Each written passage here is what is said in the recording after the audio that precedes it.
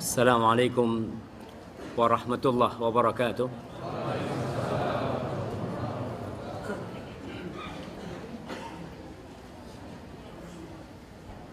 Alhamdulillah alladzi bi ni'matihi tatimmus shalihat. Segala puji bagi Allah Jalla Jalaluh yang karena nikmatnya kebaikan-kebaikan menjadi sempurna. Yang karena rahmatnya niat-niat baik hamba dapat terlaksana. Dan nikmat yang Allah berikan kepada kita sepantasnya untuk disyukuri. Karena kalau bukan Allah, kita nggak bakal bisa sampai di tempat ini. Allahumma salli wa sallim wa zid wa barik wa an'im ala abdika wa rasulika habibina wa nabiyina Muhammad. Ya Allah, semoga salawatmu, semoga salam, berkah dan nikmatmu senantiasa kau tambahkan untuk hamba kekasihmu, untuk Nabi kita Muhammad sallallahu alaihi wasallam, dan untuk keluarga beliau, untuk istri-istri beliau, untuk anak cucu beliau. Sebelum kita lanjutkan salawat ini, bisa nggak maju sedikit jemaah, dikit maju. Geser sedikit, kesian tuh jamaah di luar tuh. Maju ke depan sedikit.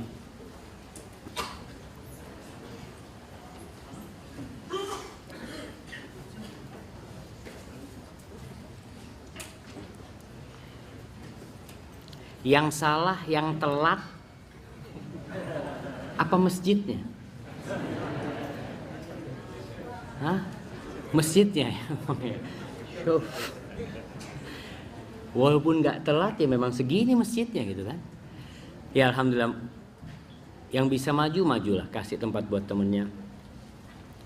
Allahumma salli wa sallim ala abdika wa rasulika Nabiyina Muhammad ibn Abdullah, untuk beliau, untuk istri-istri beliau, untuk putra putri Rasulullah sallallahu alaihi wasallam yang kita diperintahkan untuk mencintai mereka, keluarga Rasul alaihi salatu wassalam, yang Rasulullah sallallahu alaihi wasallam begitu cinta dan kasihnya kepada putrinya Fatimah, kepada cucunya Hasan dan Husain, dan kepada anak-anak mereka.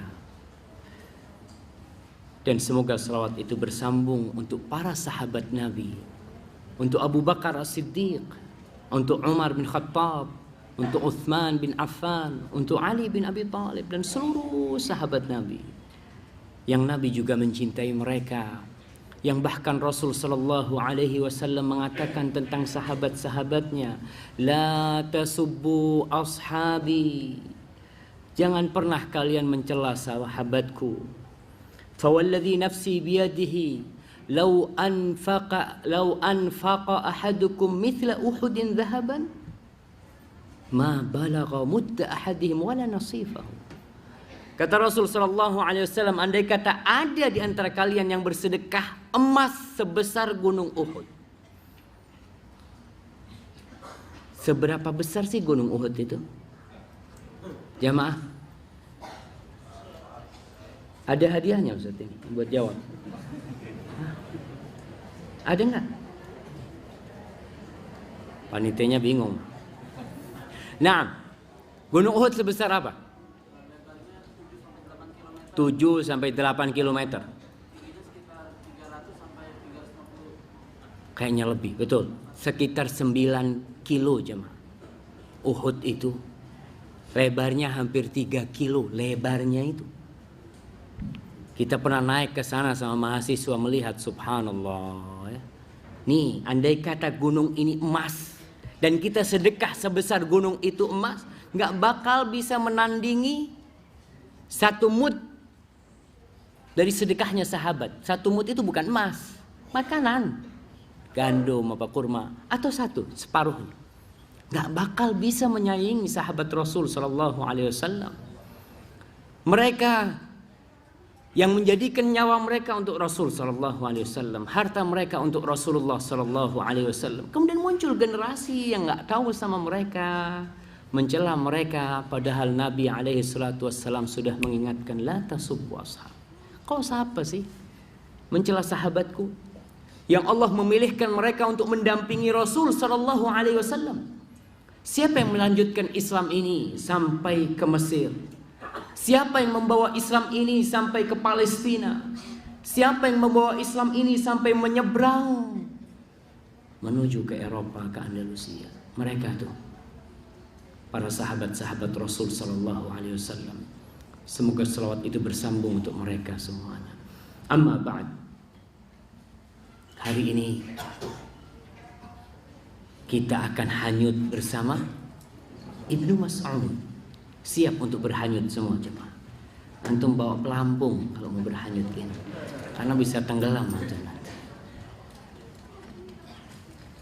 Abdullah bin Mas'ud radhiyallahu taala anhu,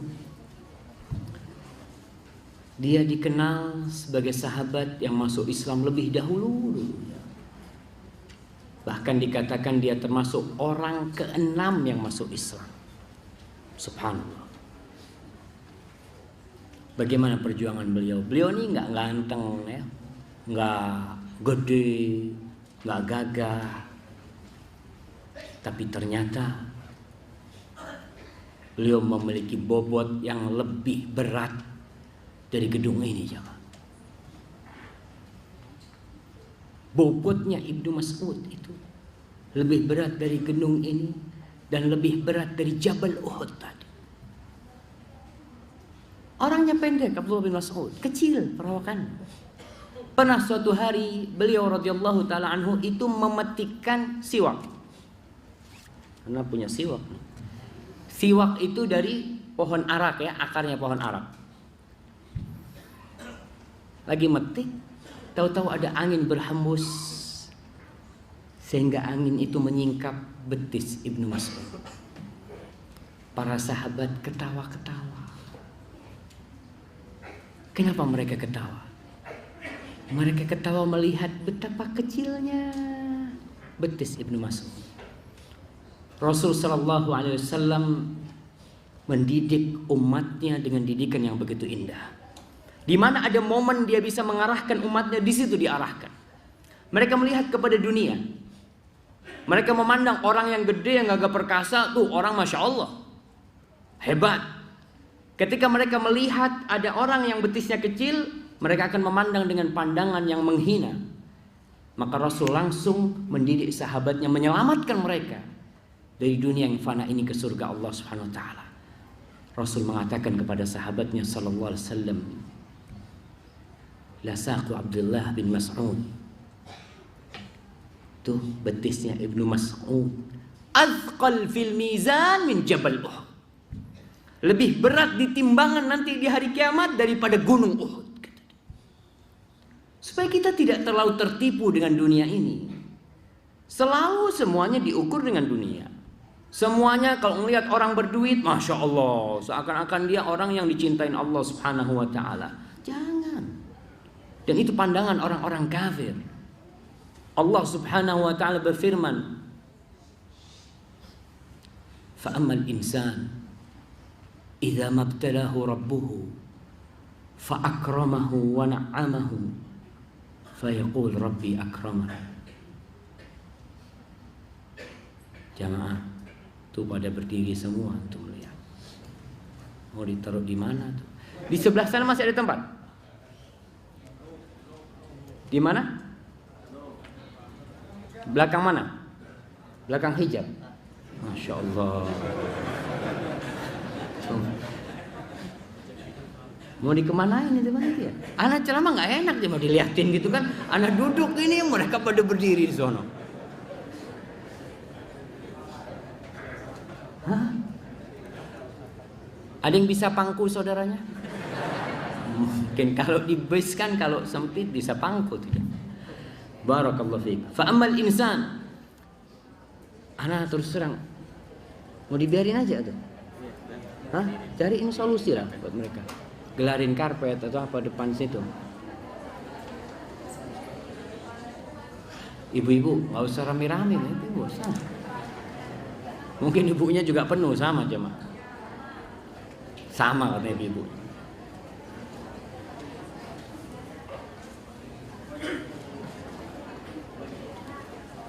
Maju dikit-dikit 3 sentian maju nggak apa-apa jemaah.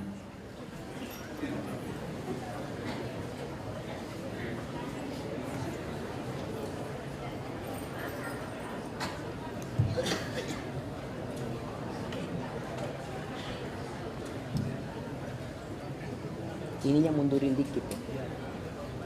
Sampai apa? Sampai mimbar. Sampai mimbar kan?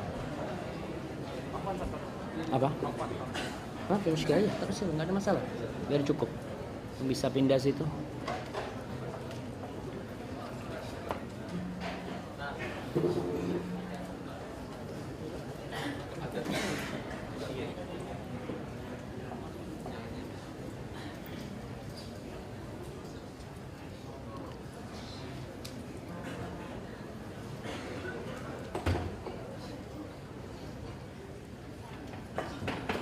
Jamaah, ini kesempatan dapat pahala antum.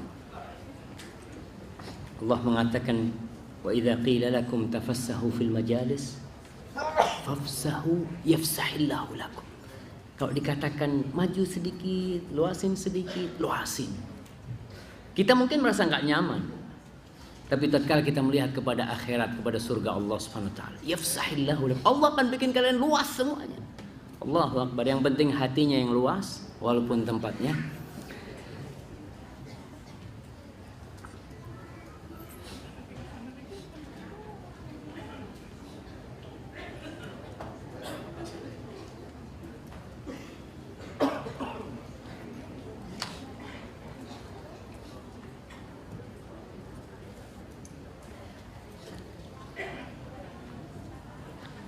Kembali kepada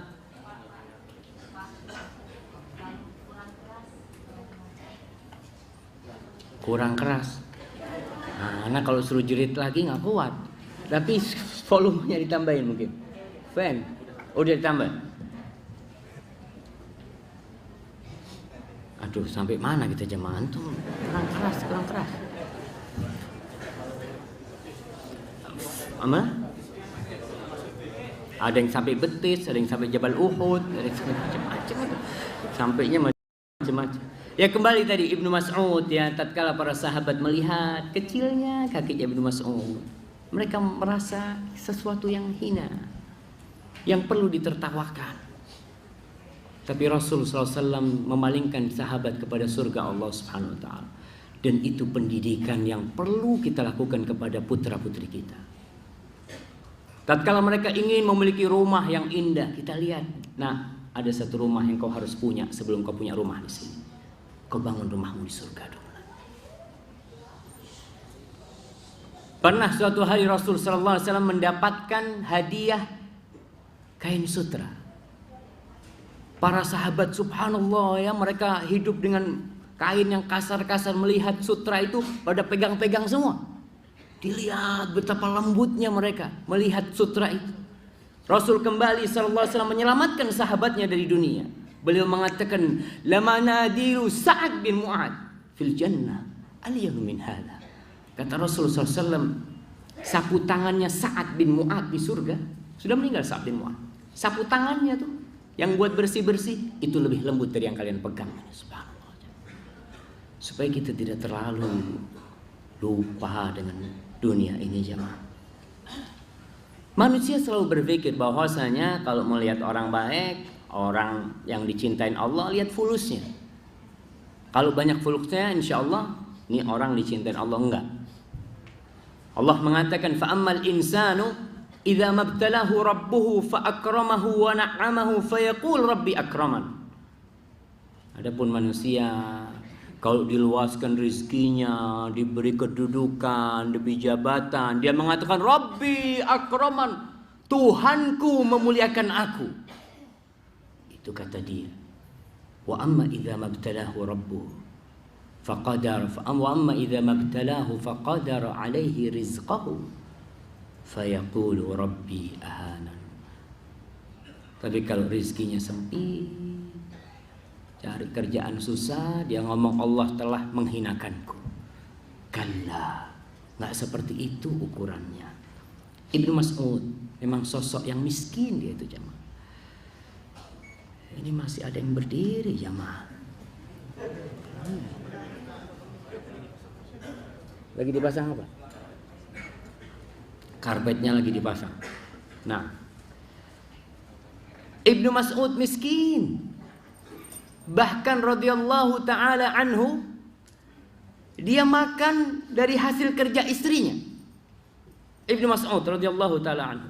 Istrinya itu suka nenun ya, bikin tenunan, dia jual kemudian buat makan keluarganya.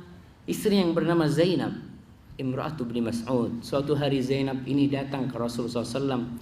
Dia mendengar Rasulullah SAW ceramah tentang indahnya sedekah. Subhanallah. Dia pulang menjumpai suaminya Ibnu Mas'ud. Dia mengatakan, wahai Ibnu Mas'ud, mungkin mulai besok aku nggak bisa bantuin engkau. Gak bisa ngasih lagi sama Ibnu Mas'ud. Kenapa kata dia? Karena aku kepingin sedekah. Selama ini hasilku cuma dimakan. Dia kepingin sedekah. Ibnu Mas'ud bekerja, tapi tidak semua orang diluaskan rezekinya. Yang penting itu adalah bagaimana seorang tetap bekerja, berusaha. Tapi rezeki jamaah sudah ditentukan sama Allah SWT. Kata Ibnu Mas'ud, kalau itu keinginanmu nggak ada masalah. La yudayyi'un Allah. Allah nggak bakal menelantarkan kita. Maksudnya dia dengan anak-anaknya. Tapi kau tanya dulu sama Rasul SAW. Gimana dengan masalah kita nih?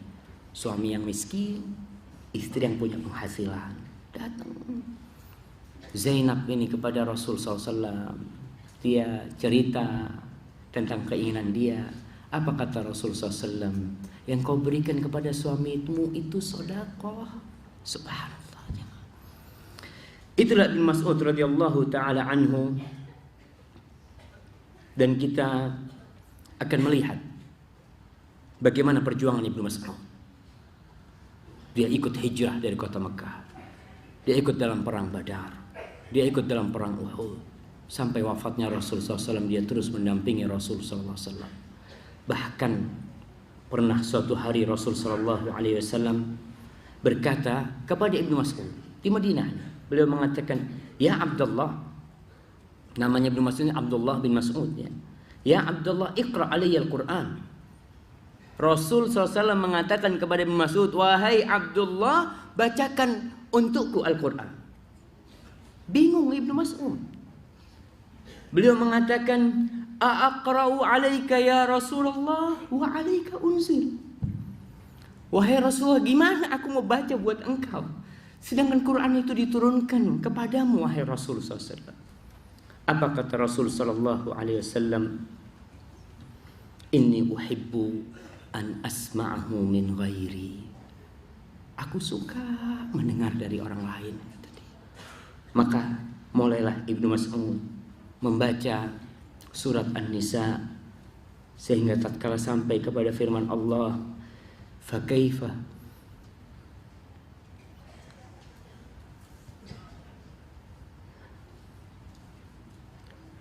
فكيف إذا جئنا من كل أمة بشهيد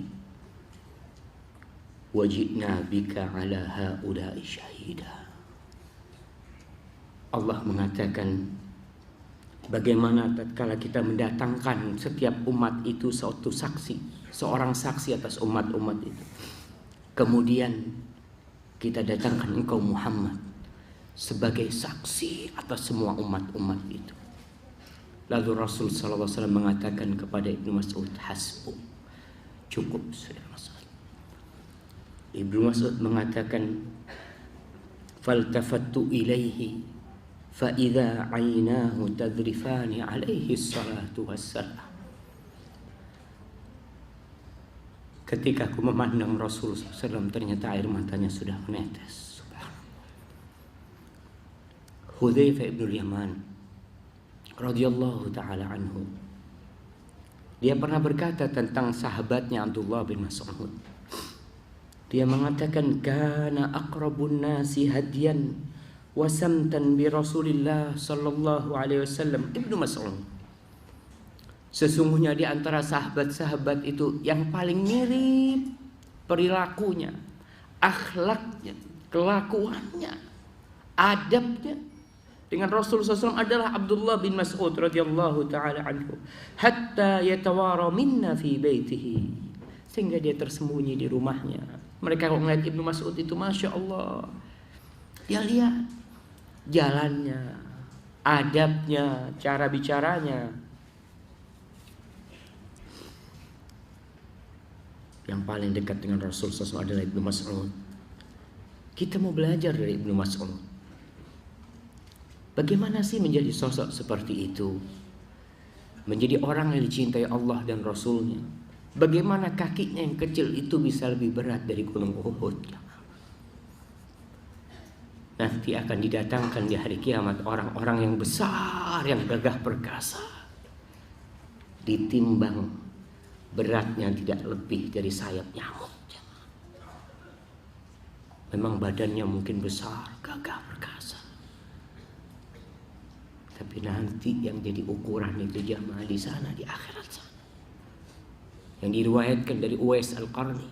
Uwais Al-Qarni, tatkala dia dikenal sosok yang sangat tawadhu, ya, yang doanya mustajab. Pernah suatu hari dia sudah menyembunyikan dirinya, nggak pengen dikenal orang dia, di daerah Irak sana. Antum masih ingat ketika dia makan di sebuah tempat sampah. Dia lihat ada makanan di sana. Ketika dia mau ambil, ada anjing yang menggonggong dari arah yang sebelahnya. Maka Uwais Al-Qarni mengatakan, "Kul mimma yalika wa akul mimma yalin." Kau makan dari sisimu, aku makan dari sisiku sini. Kemudian dia mengatakan, "Idza tajawaztu sirat fa ana khairun minka." Andai kata aku bisa melewati sirat yang berada di atas neraka jahanam, aku lebih baik dari engkau. Wa illa fa anta khairun minni. Tapi kalau tidak, kau lebih baik dari aku, subhanallah. Berapa banyak binatang-binatang yang lebih baik dari manusia. Dan kalau manusia yang diberi akal oleh Allah subhanahu wa ta'ala menghilangkan akalnya, tidak mengabdi kepada Sang Pencipta. Ibnu Mas'ud banyak memberikan nasihat, memberikan wasiat kepada sahabat-sahabatnya, agar mereka tidak salah langkah dalam kehidupan ini, agar mereka tahu jalan mana yang harus dipilih. Banyak jalan kita lihat, tapi mana yang paling pintas untuk menuju surga Allah subhanahu wa ta'ala? Banyak masalah-masalah dalam kehidupan ini, tapi manakah solusi terbaik untuk permasalahan itu? Beliau selalu memberikan tausiah dan nasihat-nasihatnya. Wa kalamus salaf qalilun kathirul faedah. Perkataan ulama-ulama salaf, sahabat-sahabat itu nggak banyak ngomong, tapi banyak faedahnya. Wa kalamul khalaf kathir qalilul faedah. Tapi orang-orang sekarang tuh ngomongnya banyak. Antum bisa bayangkan orang ngarang buku itu sampai tebal-tebal. Qalilul faedah, sedikit faedahnya. Kita akan mendengarkan nasihat-nasihat Ibnu Mas'ud.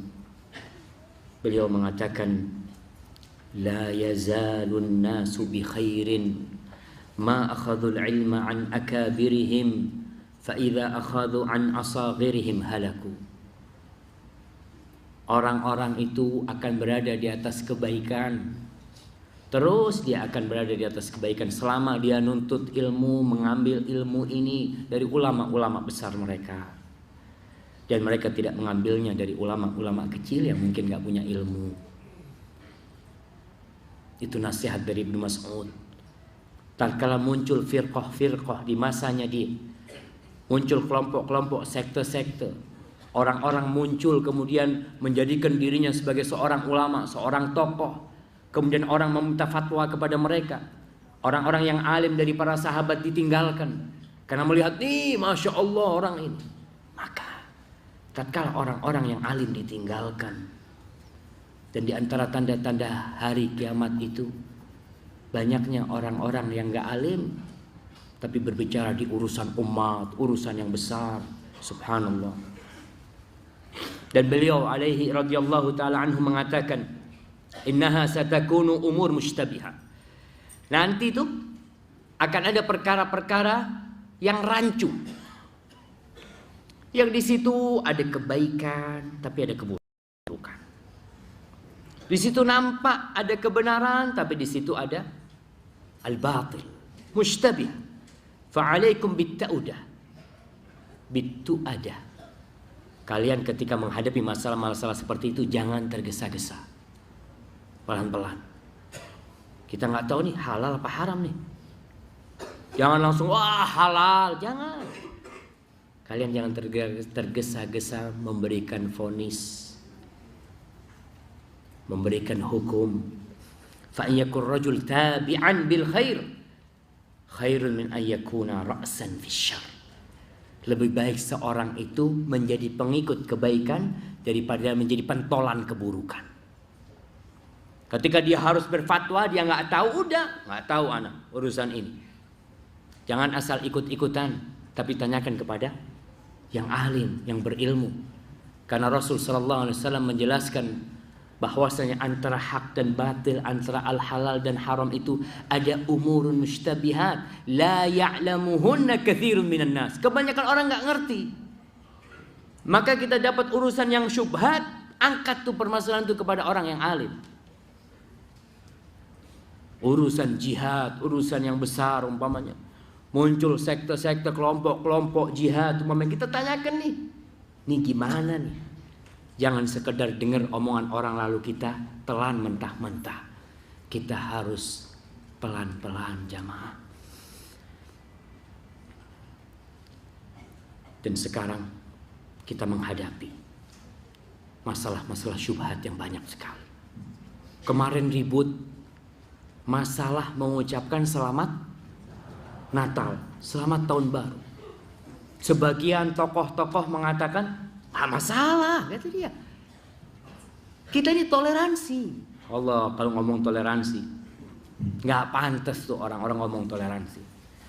Umat Islam inilah umat yang paling toleransi.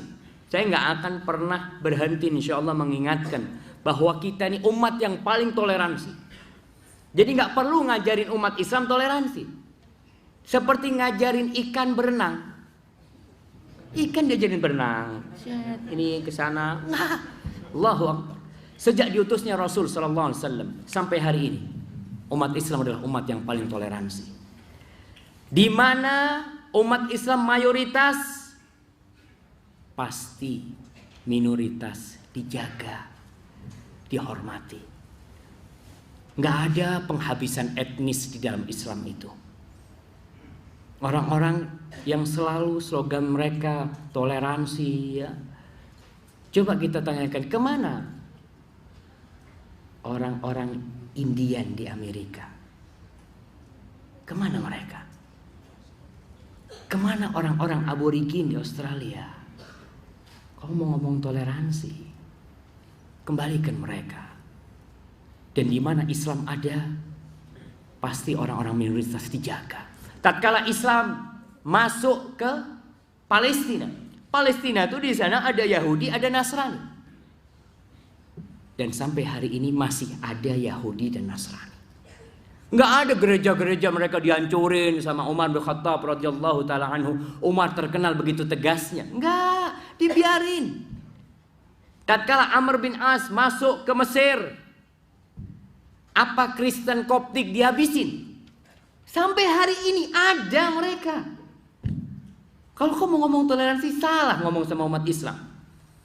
Dan di mana umat Islam minoritas, mesti dilolimi. Buka mata dunia. Lihat saudara-saudara kita di Afrika Tengah, disembelahin jemaah. Dunia melihat dengan media mereka. Diam.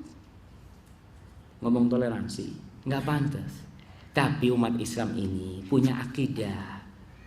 Tolong jangan diganggu lah. Kita kalau ada orang yang Natalan ya, dia mungkin kalau Lebaran itu ngasih kita hadiah, ucapan selamat hari raya. Ketika Natal ya kita ucapkan doa sama dia. Kan harus saling membalas, datang ke rumahnya. Pak, lakum dinukum waliyatin, Pak. Iya, supaya dia tahu tuh. Urusan ini minta maaf. Kalau ente mau bangun rumah, mau bantuin bocor, ana bantu. Tapi urusan ini lakum dinukum waliyadin. Agamamu, agamamu, agamaku, agamaku. Mungkin dia ketika antum ngomong lakum dinukum waliyadin, iya terima kasih gitu kan. Kita punya akidah, kita ini dididik tiap hari sholat. Qobliyah subuh itu dianjurkan baca apa? Qul ya ayyuhal kafirun la a'budu ma ta'budun. Sampai terakhirnya lakum dinukum waliyadin. Kita baca qul huwallahu ahad. Satu Rob kita itu satu. Nggak mungkin ana meyakini Tuhanmu yang tiga. Urusan toleransi kau butuh bantuan ana, mau supirin atau apa, mau mandiin mobilmu aku mandiin. Tapi urusan agama, maaf, lakum dinukum waliyadin. Ingat dalam urusan-urusan yang mustabihat, yang terkadang orang awam kan bingung. Ini ada ustadz yang ngomong boleh katanya, ada ustadz ngomong nggak boleh. Maka hati-hati, jangan tergesa-gesa. Lihat bagaimana ulama-ulama rabbaniin yang mereka memang belajar ilmu bukan dari orang-orang kafir. Karena ada sebagian orang Islam jadi ustadz belajarnya di Amerika. Kita ngomong subhanallah, gimana tuh?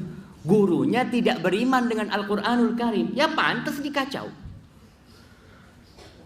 Kemudian wasiat Ibnu Mas'ud, dia mengatakan i'tabirun nas bi akhdanihim fa innal mar'a la yukhadinu illa man yu'jibuhu. Kata Ibnu Mas'ud, kalian kalau mau menghitung manusia, mengukur manusia, menilai manusia, lihatlah teman dekatnya. Sama siapa dia berteman, duduknya sama siapa. Karena orang itu tidak akan berteman dekat kecuali yang dia senang sama orang itu. Nggak mungkin lah seorang yang sholatnya taat ke masjid terus, dia duduk bersama pezina. Nggak mungkin. Tapi kalau antum melihat seorang pezina, subhanallah. Pernah saya melihat di Jember, lagi beli sesuatu di depan jalan itu, yang punya toko ngomong, Ustaz, lihat tuh, ana mau duduk di sana tuh. Kenapa? Itu mereka semua debt collector, wajah-wajah preman Jember, kata dia. Kumpulannya sama preman-preman kalau kumpul itu. Kau kalau mau lihat orang itu bertemannya sama siapa dia? Kalau bertemannya dengan orang yang ahli ibadah, ya insya Allah dia jadi ahli ibadah. Jamaah, anak jadi gak enak lagi jam itu berdiri terus dari tadi setengah jam itu. Ahmad, maaf ya makan. Hah?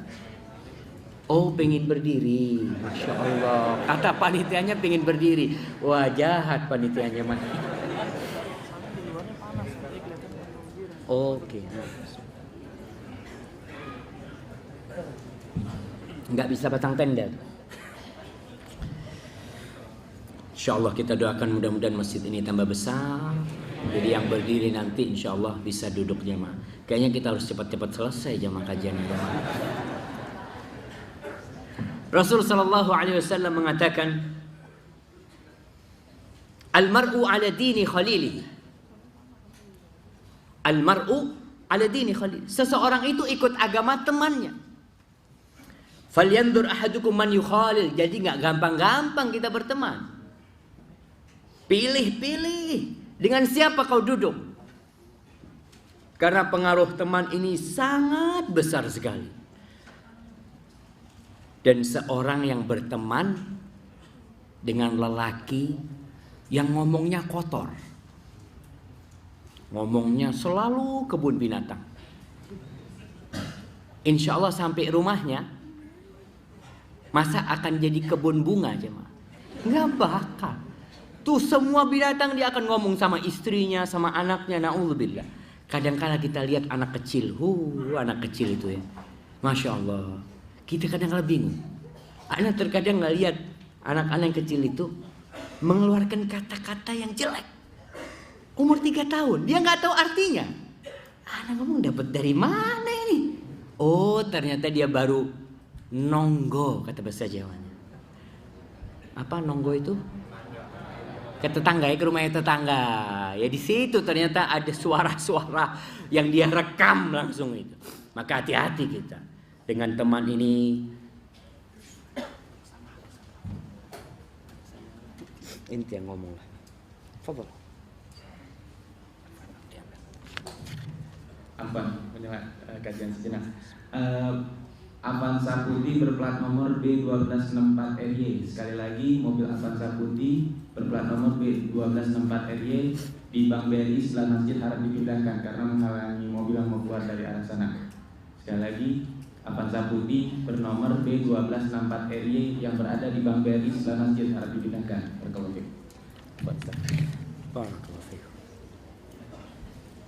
Ya kembali kepada wasiat Ibnu Mas'ud, kau menilai orang itu lihat temannya. Jadi kalau ada seorang nih bapak-bapak meminang putri kita, datang tuh minang putri kita, coba lihat dia berteman dengan siapa. Kalau temennya sama satpam tiap malam gitu kan, ada kan, oh ini ngapain malam-malam dia gitu kan. Maka ini salah satu anjuran Ibnu Mas'ud radhiyallahu taala anhu. Dan carilah teman yang biasa sholat sunnah aja. Kalau kita punya teman biasa sholat sunnah, kita habis sholat wajib mau jalan, dia akan ngomong, tunggu dulu, sunnah 2 rakaat. Kita awalnya mungkin nggak sholat, yalah anak tunggu di luar gitu kan, dia sholat tuh. Tapi setiap hari dia mikir, masa anak nunggu di luar dia dapat pahala, anak sholat juga lah. Dia mau nggak mau akan terdorong ya sholat juga karena temennya sholat terus, dia seperti itu. Perempuan kita lihat yang temannya semua pakai bikini, ibu-ibu ketawa tuh, dia pakai kerudung sendirian, lama-lama dia pakai begini karena ente masa tempat ini pakai kerudung gitu kan, terus dipengaruhi. Dan tinggal kita yang pintar-pintar berusaha untuk mewarnai dan tidak diwarnai. Seorang muslim itu seperti nakhlah, kata Rasulullah SAW, seperti pohon kurma. Tegar dia. Ada angin dari timur dari barat tetap tegar. Dan dia memberikan buah kepada yang di sampingnya. Orang-orang bisa menikmatinya. Dan kita harus memperbaiki keimanan kita. Kemudian sahabatnya Ibnu Mas'ud, seorang tabi'in, Zabit al-Ta'i, dia pernah berkata, askatatni kalimat Ibnu Mas'ud 20 sana.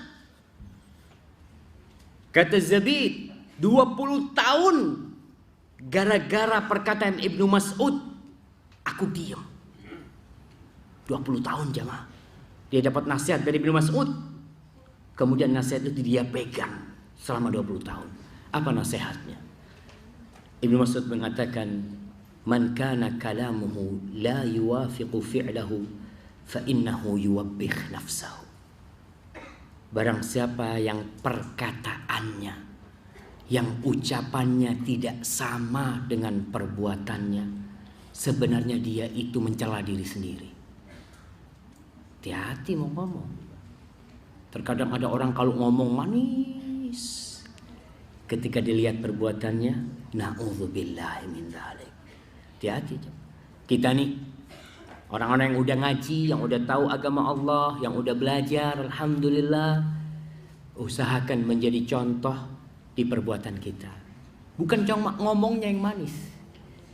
Tidak sedikit kalau naik mimbar, masya Allah, ngomongnya itu indah, bahkan membuat orang terpesona dengan pembicaraannya. Tapi tatkala dilihat perbuatannya, na'udzubillah. Sampai ada dikatakan khatibu asyam di kitab tentang khutbah. Ada seorang khatib di masjid di Syam sana, di Suriah. Dia itu biasa khutbah Jumat, masya Allah. Selesai khutbah Jumat, istrinya biasanya hari Jumat itu masak yang enak ya. Karena kan hari libur, masak yang enak lah dimasakin. Karena hari spesial lah hari Jumat itu. Memang dia adalah khairul ayyam, sebaik-baiknya hari. Akhirnya rumahnya bersebelahan sama masjid. Suaminya ceramah nih. Wah, kata dia tentang zuhud. Kita ini harus zuhud di dunia, katanya. Harus banyak-banyak sedekah. Kita akan mati. Masya Allah, si istrinya dengerin. Masya Allah, suamiku udah berubah nih, kata dia. Masya Allah. Akhirnya makanannya dia sedekahkan semuanya itu. Dengar suaminya ceramah. Masya Allah. Habis khutbah Jumat, suaminya pulang ke rumahnya. Ayo makanannya. Loh, ana pikir enti berubah, kata dia. Ana sudah sedekahin semua tuh makanannya, kata dia. Enti, ana itu nyeramain orang, bukan nyeramain ente. La ilaha illallah jamaah. Subhanallah, ada yang seperti itu. Ibnu Mas'ud mengingatkan, hati-hati kita ini. Ketika ngomong manis, lihat perbuatan kita. Bukan berarti kita itu tidak berceramah sampai kita baik. Karena kita sampai mati banyak dosa, jemaah. Kalau orang itu boleh ceramah nunggu dia bersih dari dosa, nggak ada yang ceramah. Karena semuanya melakukan dosa. Tapi paling tidak kita berusaha memperbaiki diri kita sebelum memperbaiki orang lain, ya. Kemudian Ibnu Mas'ud pernah berkata, "Idza aradtumul ilm." Kalau kalian mau cari ilmu. Bicara ilmu, sekarang ini sekolahan-sekolahan begitu banyaknya. Seperti jamur. Tempat-tempat mencari ilmu itu. Tapi hati-hati. Nggak semua tempat itu bisa menghasilkan ilmu. Ibnu Mas'ud mengatakan, kalau kalian ingin ilmu, fanthurul Qur'an. Buka itu Al-Quran. Maka kalau ingin ilmu, jangan pernah terbenam matahari. Dan jangan pernah memejamkan mata kecuali antum udah baca Quran. Baca tuh. Berapa ayat? Sehari berapa jamaah? 3. Ada yang ketemu Al-Quran cuma bulan Ramadan. Selesai Ramadan, alhamdulillah saya khatam 2 kali Ramadan. Taruh di atas Quran. Kapan ketemu? Nanti. Sebelum Ramadan tahun depan, ya. Terkadang sudah diwakafkan sama istrinya ke masjid. Karena nggak dibaca sama suami. Baca Al-Quran. Tiap hari jangan pernah lepas dari Al-Quran Karim. Bisa 1 lembar, 1 lembar. Nggak bisa 1 ayat. 1 ayat jemaah. Ibu-ibu juga, bapak-bapak, sebelum berangkat kerja, sebelum sibuk dengan dunianya, ambil Qurannya baca. Baca. Umpamanya sampai Ar-Rahman, baca Ar-Rahman. Alhamdulillah Allah. Berangkat. Jamaah jangan ketawa tuh. Antum ketawa bener ini. Ada orang yang nggak ketemu Quran kecuali Ramadan. Lebih baik tiap hari. Mungkin antum bilang, ana minimal 1 ayat, minimal. Tapi kalau dia lagi semangat, dia bisa baca 3 ayat, 4 ayat. Tapi kalau dia lagi capek, sakit, dia tetap tidak pernah berpisah dengan Al-Qurannya. Tiap hari dia punya utang 1 ayat, paling tidak.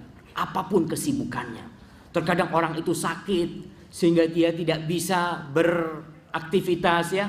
1 ayat baca terus tidur. Fa inna fihi ilman awwalin wal akhirin. Di Quran itu isinya ilmu orang-orang terdahulu dan orang-orang yang akan datang. Allah sudah kumpulkan di Al-Quran Karim jamaah. Maka sekali lagi baca Al-Quran itu wasiat Ibnu Mas'ud. Dia senantiasa membaca Al-Quranul Karim. Sehingga tubuhnya yang kurus itu memiliki bobot yang berat jemaah. Karena Quran bukan karena makanan. Rasul sallallahu alaihi wasallam sholat itu sampai bengkak apanya? Kakinya, betisnya. Kalau orang sekarang apanya yang bengkak? Kadang-kala kita perut yang bengkak jemaah. Bakal ditimbang. Nanti badan kita pun akan ditimbang. Tapi yang ditimbang itu bukan berat lahirnya, ya. Amalan kita yang kita amalkan dengan tubuh kita itu. Beliau mengatakan juga, nasihat beliau, al-iqtisad fi sunnah afdal min al-ijtihad fil bid'ah. Kata dia, seorang mencukupkan diri dengan sunnah itu lebih baik daripada nambah-nambahin dengan bid'ah. Cukuplah dengan yang sunnah. Banyak sunnah Nabi itu. Kembali Ibnu Mas'ud radhiyallahu taala anhu. Dia meninggal tahun 32 Hijriah. Masa-masa yang sudah mulai terjadi kekacauan, mulai munculnya benih-benih bid'ah-bid'ah itu mulai muncul, sehingga Ibnu Mas'ud ngasih tahu kalian tuh nggak usah bikin-bikin yang baru. Udahlah yang ada nih dilakoni, dikerjakan yang ada itu. Belum tentu kita bisa ngerjakan semua sunnah Rasul SAW. Sehari penuh kalau kita gunakan untuk mengamalkan sunnah Rasul SAW, sunnah itu belum habis, waktu kita sudah habis. Subhanallah jamaah. Kita harus benar-benar berusaha untuk mencari sunnah. Mana yang sunnah? Ketika ada amalan cukuplah. Kita kan bingung umat ini sekarang. Ustaz, terlalu banyak ustaz sekarang nih. Banyak TV, banyak radio, banyak ustaz. Gimana anak tahu mana yang sunnah dan mana yang bid'ah? Bingung terkadang kita. Mana yang diajarkan Rasul SAW dan mana yang tidak? Kuncinya satu. Tanyakan kepada mereka. Nabi ngamalin nggak? Nabi ngerjain nggak? Kalau dia ngomong enggak, tapi ini baik. Adulah janganlah. Anda masih banyak PR yang lain. Anda mau yang Nabi amalkan aja. Kita satu pegangan kita. Karena Rasul SAW ketika mengatakan, fa innahu may ya'ish minkum ba'di fasayara ikhtilafan katsira. Ingat, yang hidup setelah aku, kata Rasul SAW, akan melihat perselisihan yang banyak sekali. Dan itu kenyataan. Terus gimana solusinya? Nabi mengatakan, fa'alaikum bisunnati wa sunnatil khulafa'ir rasyidin al-mahdiyyin min ba'di. 'Addu 'alaiha bin nawajid wa iyyakum muhdatsatil umur. Itu nasihat Rasul SAW. Kalau kalian melihat perselisihan, percekcokan, pertikaian, jangan kemana-mana. Kalian balik ke sunnahku, kata Rasul SAW. Nih lihat, aku ngamalkan enggak? Aku ajarkan enggak? Enggak. Lihat sahabatnya. Sahabatnya enggak, udah selesai. Hati-hati dengan perkara-perkara yang baru. Insya Allah kita selamat. Karena kesian jamaah, umat ini kesian memang. Ketika dihadapkan dengan berbagai macam media, banyaknya ustadz yang ngomongnya ini bilang A, ini bilang B, ini bilang C. Ustadz kita nih orang awam mau milih yang mana? Milih Rasulullah SAW. Nabi nggak ngamalin, kita nggak ngamalin. Nabi ngamalin, bismillah, anak akan amalkan. Walaupun orang mencela anak atau amal, asalkan ini diajarkan oleh Rasulullah SAW. Dan itulah ucapan Ibnu Mas'ud, mencukupkan diri dengan yang sunnah lebih baik daripada bersungguh-sungguh dengan sesuatu yang bid'ah, yang tidak diajarkan oleh Rasulullah SAW. Kemudian Ibnu Mas'ud radhiyallahu taala anhu pernah memberi nasihat, subhanallah. Nasihat itu perlu kita pegang sekarang jemaah. Di masa itu tahun 32 Hijriah masih banyak sahabat Rasul sallallahu alaihi wasallam. Beliau mengatakan innakum fi zamanin katsirun ulama'uhu. Kata Ibnu Mas'ud, kalian berada di zaman yang banyak ulamanya. Subhanallah jemaah. Kalian berada di zaman yang banyak ulamanya. Qalilun khutaba'uhu, penceramahnya sedikit, tukang pidatonya sedikit. Karena kita tahu sahabat-sahabat Nabi banyak, mereka ulama-ulama. Di sini ada perbedaan antara ulama dan khutbah. Ulama ini orang yang alim, yang berilmu. Belum tentu dia duduk di tempat saya. Mungkin dia mengajarkan ilmu di sekolahan-sekolahan. Mungkin dia di situ mendidik kader-kader umat. Mungkin tidak ada yang kenal sama dia jemaah.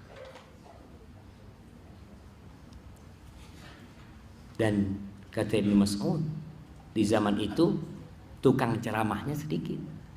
Tukang ceramah ini ya model kayak saya ini. Ceramah doang itu, pidato. Itu tukang ceramah. Ulama beda jemaah. Mereka orang-orang berilmu, masya Allah. Yang kita berdoa semoga Allah memperbanyak mereka. Karena dengan mereka kita bisa bertanya mana yang hak, dan kita lihat kayak model di negara-negara Timur Tengah masih banyak ulama di sana. Tapi di Indonesia mungkin kita kan punya Majelis Ulama Indonesia. Iya, ya kita doakanlah mudah-mudahan Majelis Ulama itu benar-benar diisi oleh para ulama. Kita harapkan yang mereka bisa memberikan solusi buat umat. Kata Ibnu Mas'ud radhiyallahu taala anhu, sayati zaman Akan datang satu masa, katsirun khutaba'uhu qalilun ulama'u. Yang di masa itu banyak penceramahnya, tapi sedikit ulamanya. Masya Allah. Kita lihat sekarang tukang ceramah di masjid, khutbah Jumat lah. Khotib itu yang biasa khutbah Jumat lah kita katakan. Tukang khutbah Jumat itu banyak sekali. Tinggal ambil buku, naik khutbah. Gampang. Khutbah itu cuma ya antum kumpulkan kata-kata apa, sampaikan. Tapi yang dia tahu cuma yang dia sampaikan. Alhamdulillah kalau benar yang disampaikan. Pada abad ke-8 Hijriah, pernah seorang alim ulama Syafi'i ditanya, boleh enggak orang itu naik mimbar tapi dia itu enggak tahu mana hadis yang sahih dan mana hadis yang dhaif? Apa kata dia? In kana ya'khudul hadis. Kalau dia ngambil hadis dari kitab-kitab yang mu'tabar, dia ambil hadis dari Sahih Bukhari, dari Sahih Muslim, nggak ada masalah. Tapi kalau dia asal comot, apalagi sekarang dengan adanya internet, orang kan tinggal, oh hadis ini, hadis dia kumpulin, ternyata hadisnya palsu jemaah. Subhanallah. Sampai diceritakan ada khatib yang naik mimbar, ceramah dia, menyebutkan hadis. Hadisnya begitu menyentuh hati. Orang-orang menangis yang hadir itu jamaah. Kemudian dia mengatakan rawahu Ibnul Jauzi fil mawdu'at. Diriwayatkan oleh Ibnul Jauzi dalam kitabnya kumpulan hadis-hadis palsu. Jamaah, orang udah nangis-nangis tuh. Dari tadi palsu ternyata itu. Yang ceramah juga nggak tahu ternyata al-mawdu'at itu bisa berarti judul, kumpulan tema-tema. Bisa jadi kumpulan hadis-hadis palsu. Cuma yang membaca, yang ceramah mungkin dapat hadis kok bagus ya, dia langsung sampaikan. Maka dia mengatakan yang bagi alal imam, wajib pemimpin itu untuk melarang mereka, bahkan memberikan sanksi kepada mereka yang naik mimbar sedangkan dia nggak tahu hadis yang dhaif dan sahih, karena akan menyesatkan daripada dia membuat orang itu benar. Kemudian nasihat Ibnu Mas'ud lagi. Kalau tadi berkaitan dengan ilmu, beliau juga mengatakan innar rajula la yuladu aliman. Orang itu tidak dilahirkan langsung pinter jemaah. Nggak ada. Lahir langsung hafal 3 juz. Beliau mengatakan wa innamal ilmu bitta'allum. Ilmu itu didapat karena kita belajar. Ada beberapa pesantren di Jawa Timur dulu. Saya punya teman SD, dia ngomong, Fik, nanti nggak mau belajar bahasa Inggris. 3 hari pintar bahasa Inggris. Mana ngomong di mana? Di pondok sana kata dia. Nanti dibaca-bacain langsung bisa bahasa Inggris. Mana ngomong, enggak lah, nggak percaya. Benar kata dia. Akhirnya dia berangkat. Pulang betul bisa bahasa Inggris jemaah. Yes, no. Yes, no. Ente kalau cuma kayak gitu anak ngomong, banyak nggak bisa. Orang itu mau dapat ilmu langsung datang gitu ya. Nih anak pegang ente langsung hafal Quran. Nggak bisa. Al ilmu bitta'allum, perlu perjuangan. Dan perjuangan itu membutuhkan pengorbanan. Harus ada yang dikorbankan. Ada orang mau berjuang, mau dapat hasil tanpa berkorban. Nggak bisa. Ketika kita ingin mendapatkan ilmu sekarang nih, kita lihat sebagian yang berdiri itu berkorban apa nggak berkorban? Berkorban dia. Anak Ustaz enakan di rumah minum kopi, ama makan sang goreng itu nikmat Ustaz. Tapi tatkala dia ingin ilmu harus berdiri pun jadi, karena dia ingin mendapatkan ilmu dan harus berkorban. Orang-orang pada main ke taman-taman ya, mereka rekreasi, kita berada di taman surga jamaah. Semoga Allah yataqabbal minna. Maka perlu belajar. Itu berkaitan dengan ilmu. Ibnu Mas'ud juga memberikan nasihat tentang ibadah. Beliau mengatakan innaka ma dumta fis shalah fa anta taqra'u babal malik wa man yukthir qara'a babil malik yuftah lahu. Kau selama sholat sebenarnya itu kau sedang mengetuk pintunya raja. Orang yang sering mengetuk pintunya raja, lama-lama dibukain jemaah. Lama-lama dibukain. Allah itu malikal mulk. Qulillahumma malikal mulk. Tu'til mulka man tasha. Wa tanzi'ul mulka mimman tasha. Wa tu'izzu man tasha. Wa tudhillu man tasha. Biyadikal khair. Innaka ala kulli syai'in qadir. Maka tatkala kita sholat, jangan pernah bosan sholat. Sholat sunnah, ngetok lagi. Terkadang ada saudara-saudara kita, Ustaz, anak punya utang Ustaz, gak bisa bayar. Anak dulu terjebak riba. Yo, ketok pintu Allah Subhanahu wa ta'ala. Ketuk pintu terus. Jangan berhenti. Kalau kita terus mengetok akan dibukain sama Allah Subhanahu wa ta'ala. Tapi terkadang kita itu menanti sampai titik terakhir. Kita lihat bagaimana para nabi. Yang mereka itu disiksa, yang mereka itu sampai dibunuh, ya kita lihat mereka. Allah mengatakan ala inna nasrallahi qarib, dekat pertolongan Allah. Tapi kita yang harus semangat untuk hal itu. Jamaah, saya lihat sebagian sudah mulai merem-merem ini. Insyaallah, insyaallah. Itulah perbedaan sebagian orang. Dia merem tapi ilmunya nangkep jemaah. Itu kelebihan ya, Masya Allah. Bismillah.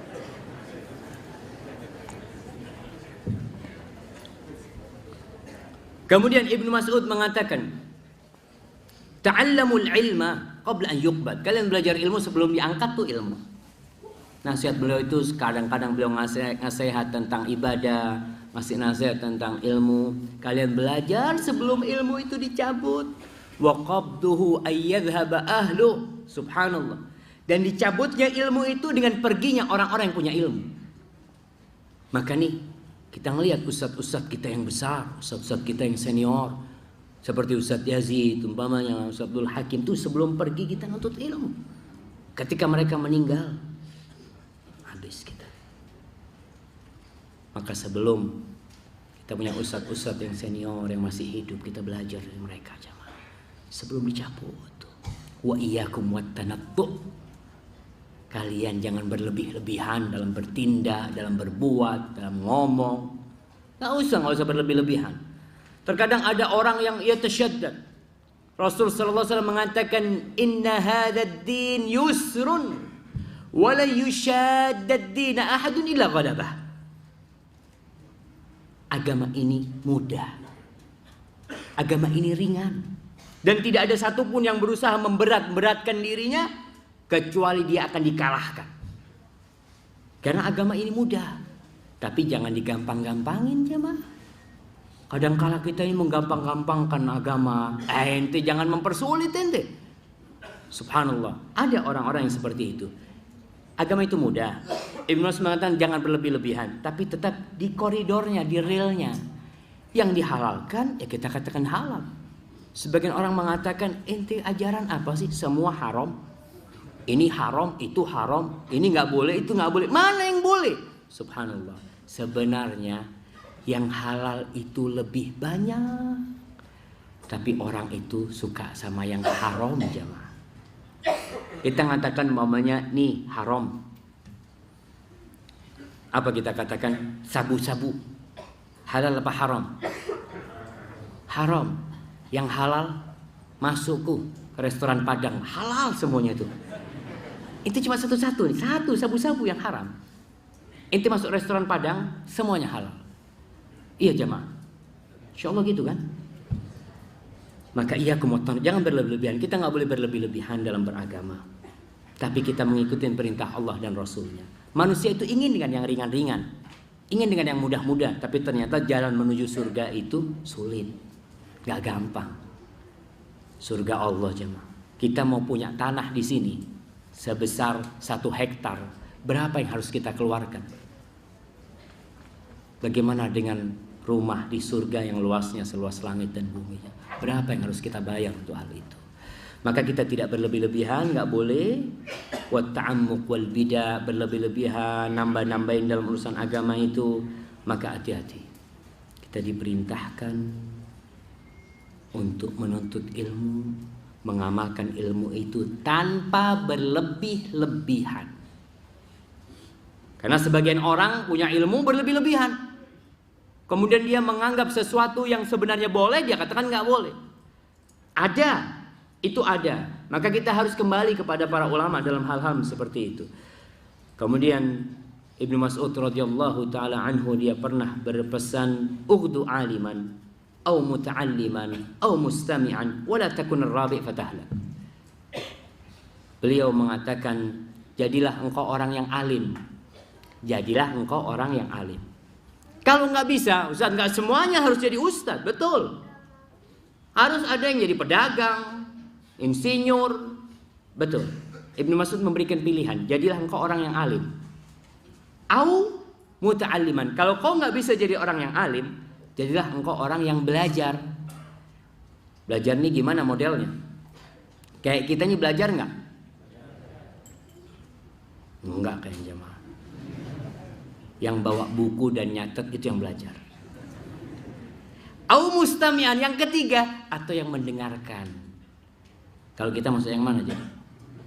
Alhamdulillah masih masuk gitu kan. Kita masuk alim, muta'allim, mustami'. Kata Ibnu Mas'ud. Wala takun rabi' fatah. Jangan jadi yang keempat kau.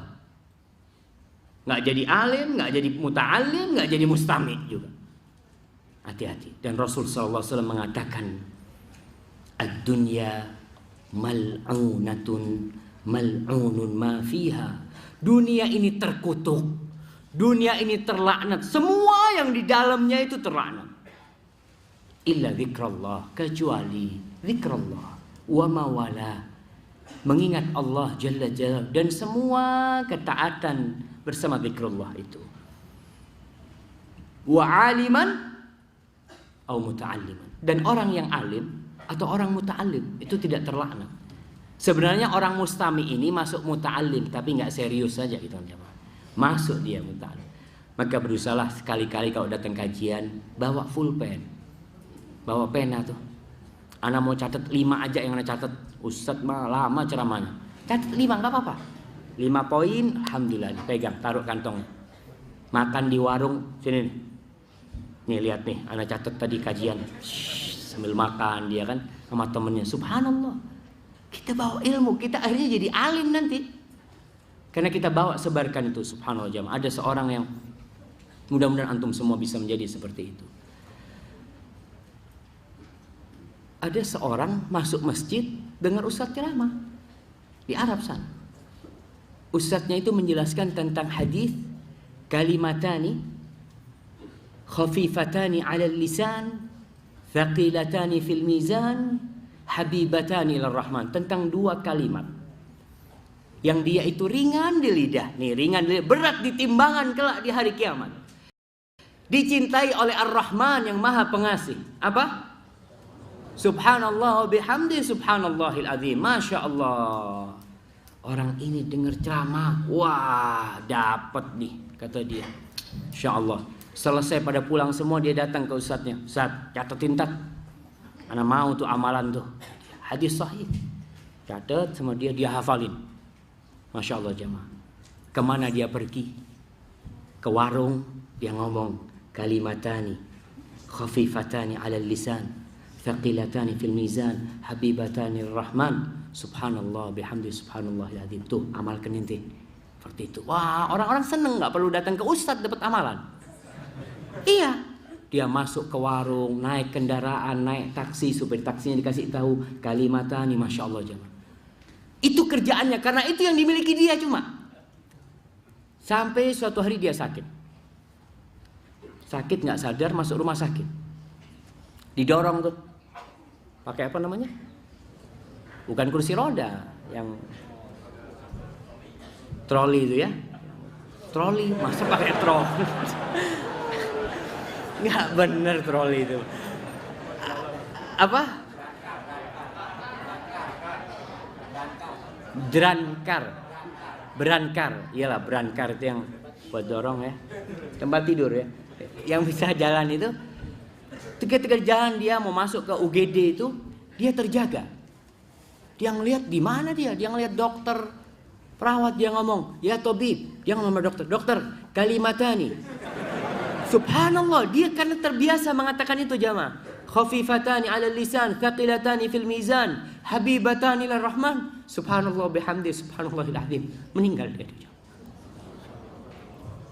Allah jamaah. Tatkala kita biasakan lidah kita dengan zikrullah, itu yang akan menemani kita sampai kita meninggalkan dunia ini. Maka tatkala dapat ilmu, mungkin kita nggak bisa jadi ustaz karena kita banyak kesibukan kita. Mungkin anak-anak kita yang bisa jadi ustaz, tapi kita paling nggak dapat ilmu. Kita catat, kita sampaikan. Semoga Allah Subhanahu Wa Taala memberikan kepada kita husnul khatimah nantinya jemaah. Ibnu Mas'ud pernah memberikan nasihat tentang urusan lisan. Dia mengatakan wallahi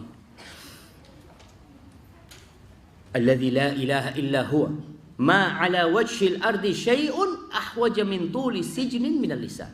Enggak ada di muka bumi ini yang lebih harus dipenjara lama-lama lebih dari lisan kita. Maka kalaupun lisan kita harus berucap, Rasul sallallahu alaihi wasallam mengatakan, "Man kana yu'minu billahi wal yaumil akhir, falyaqul khairan aw liyasmut." Barang siapa yang beriman dengan Allah dan hari akhir, hendaklah dia mengatakan yang baik, atau kalau enggak diam. Dan orang yang paling berhak mendapatkan ucapan-ucapan baik kita adalah keluarga kita, jemaah. Orang tua kita. Kalau mau ngomong sama orang tua tuh buka kamus tuh dulu tuh. Lihat kata-kata apa ini. Orang tua anak nggak bikin sakit hati dia. Mungkin kita mau ngasih nasihat orang tua kita. Mungkin kita tahu orang tua kita punya kesalahan, jauh dari agama Allah Subhanahu Wa Taala. Kita mau ngomong tuh, perhatikan gimana caranya anak ngomongnya sama abah anak, sama umi anak. Nggak sembarangan. Karena Allah mengatakan wa qul lahuma qawlan karima. Katakan untuk keduanya itu qaulan karima.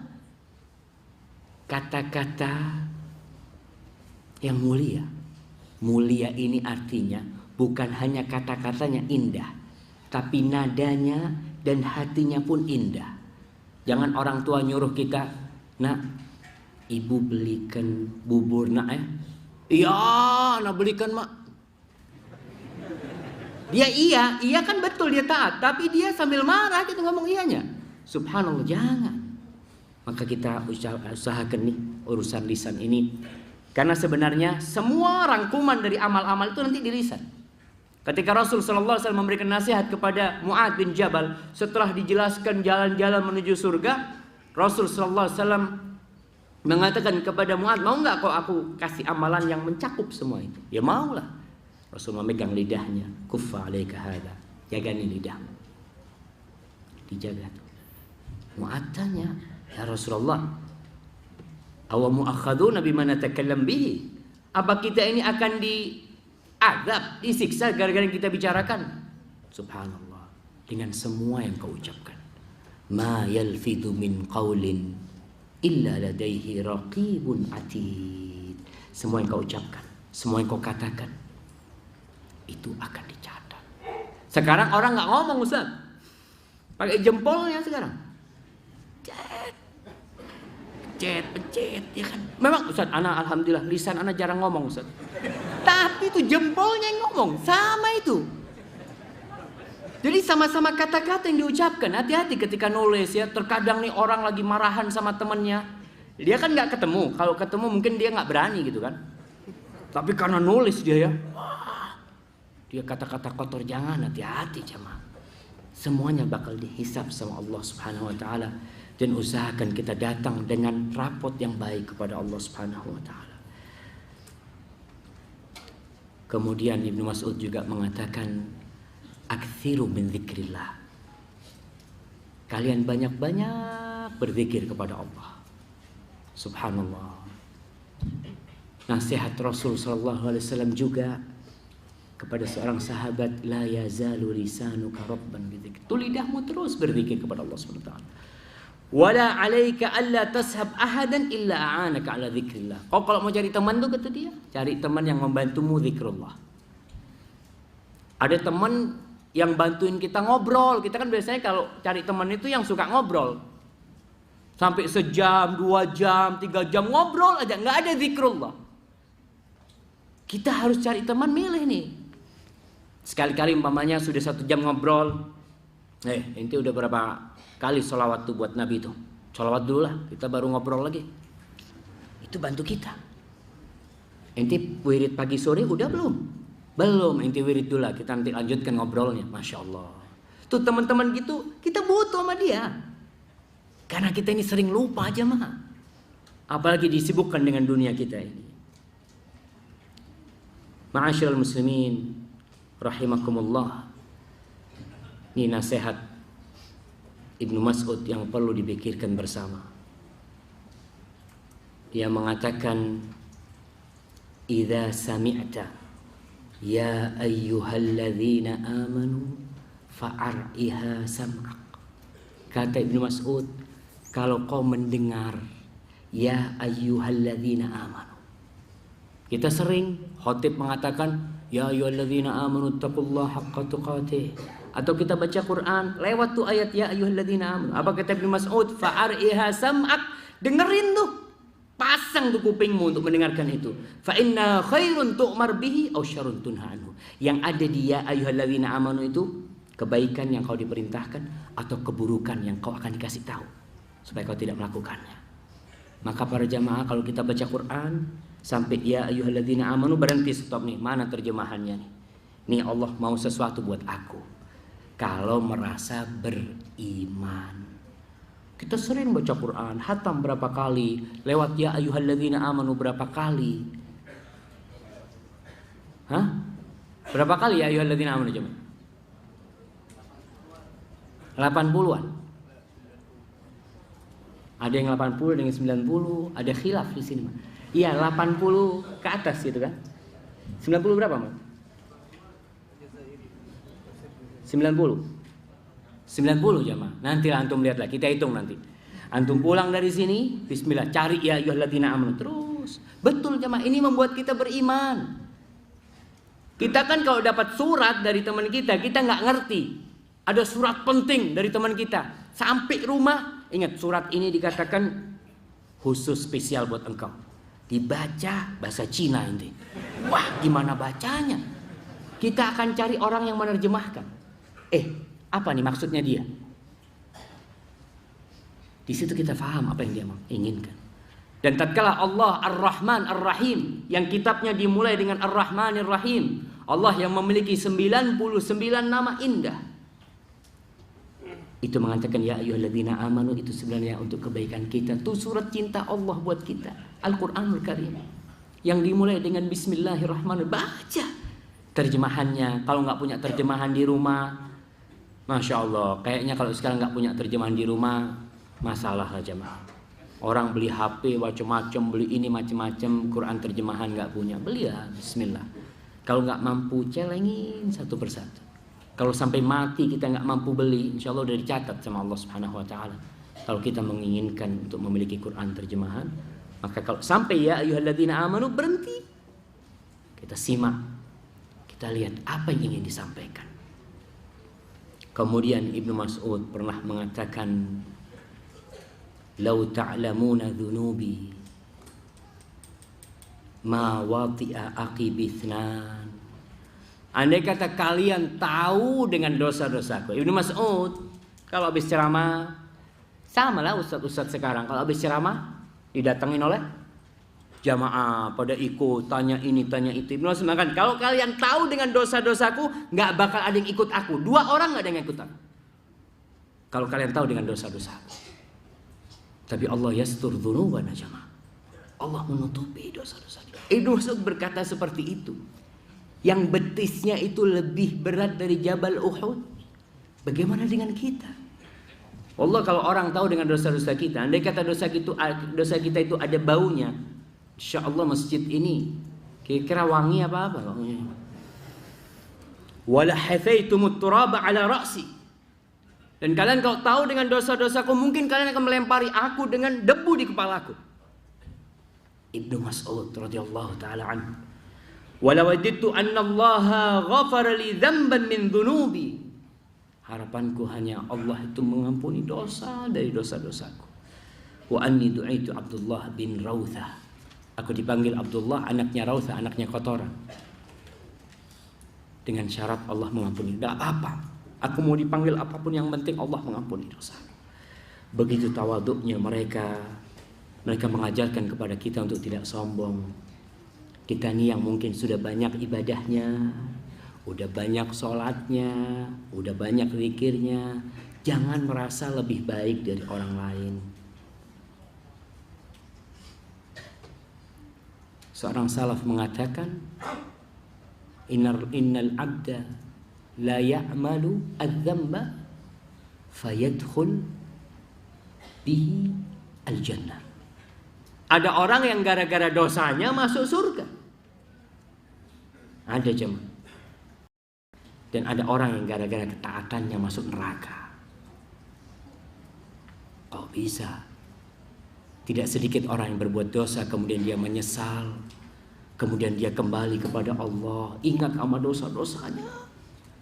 Sujud dia, rukuk dia, tidur dia, ingat sama dosa-dosanya. Mungkin dia dulu pelaku dosa.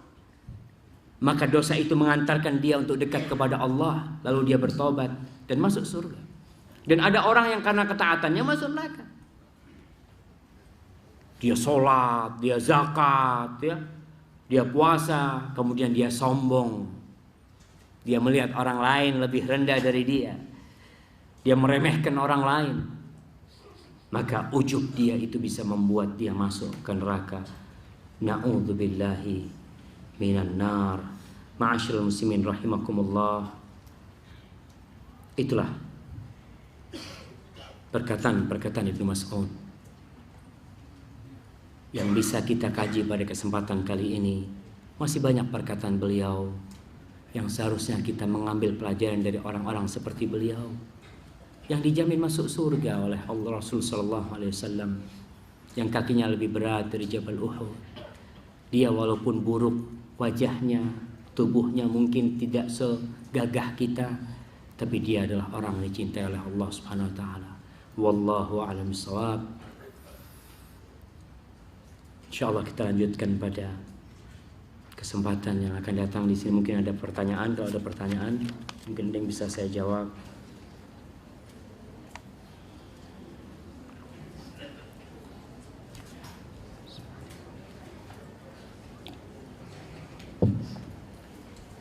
Udah mulai panas jemaah. Anda lihat.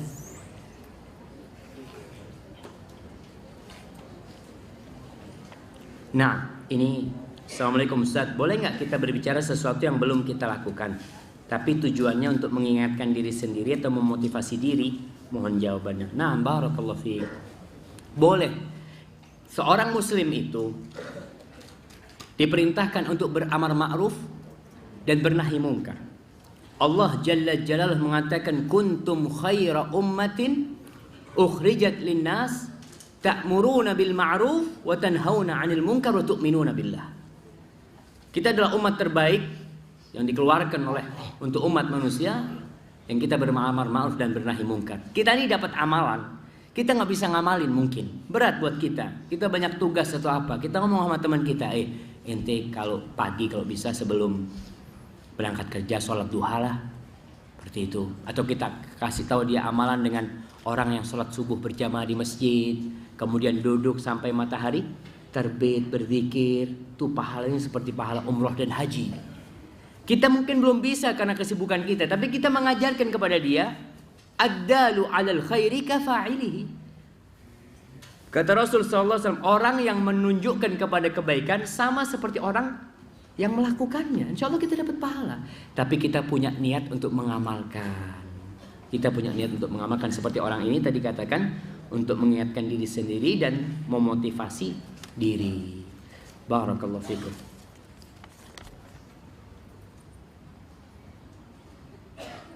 Nah, Assalamualaikum Ustaz. Bagaimana kiat agar istiqamah di atas kebaikan? Syukran. Barakallahu fikum. Nah, para jamaah rahimakumullah, keimanan itu mungkin kalau boleh dicontohkan seperti baterainya HP. Berapa kali kita ngecas HP? Ada HP-HP yang seminggu nggak dicas masih tahan. Betul nggak? Ada HP-HP yang jadul itu, Masya Allah. Tapi ada HP sehari nggak dicas habis tuh baterai. Kita harus tahu dengan diri kita, kondisi kita. Ada orang-orang yang mungkin harus tiap hari kajian dia, tiap hari berzikir, tiap hari baca Al-Quran Karim. Ada orang-orang yang Masya Allah, yang berhari-hari mungkin karena kondisi. Dia tinggal di satu tempat yang tidak banyak fitnah, tidak banyak godaan, hatinya terjaga. Tapi untuk yang tinggal di Jakarta, Masya Allah, setiap hari yang namanya fitnah di Jakarta ini mungkin tidak bisa dihindarkan. Antum berangkat kerja, kita harus menundukkan pandangan kita. Kita melihat gedung-gedung yang tinggi, kita melihat orang-orang dengan mobil-mobilnya yang mewah. Kita jalan di sebelah mereka, wah, hati ini terkadang tergoda dengan seperti itu. Maka kiat istiqomah mungkin yang mudah, terus berzikir dalam setiap langkah kita. Sekali-kali ya, kalau sudah kita sibuk dengan dunia, kita datang ke kajian lagi, kumpul dengan orang-orang yang soleh, ya. Sebagaimana nasihat-nasihat Ibnu Mas'ud tadi.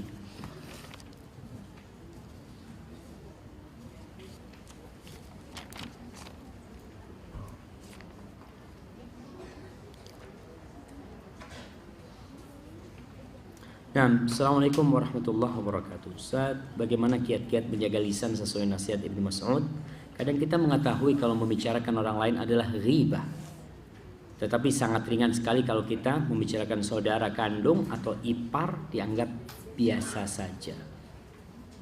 Jazakallahu khairan. Barakallahu fiik. Ghibah ini dosanya nggak sembarangan. Bahkan Allah Subhanahu wa taala memberikan permisalan yang sangat-sangat membuat orang itu jijik dengan ghibah. Tahu antum jijik sama ghibah? Allah Subhanahu wa taala mengatakan, ayuhibbu ahadukum ayyakula lahma akhihi maitan fakarihtum. Mau enggak kalian tuh duduk bareng-bareng semua pegang pisau sama garpu, di depannya jenazah saudaranya. Dia potong-potong, dia makan. Itu ghibah. Allah misalkan seperti itu. Kalian gak suka, tapi kenapa kau lakukan itu? Seperti makan bangkai saudara kita. Fakarihtum, kalian benci.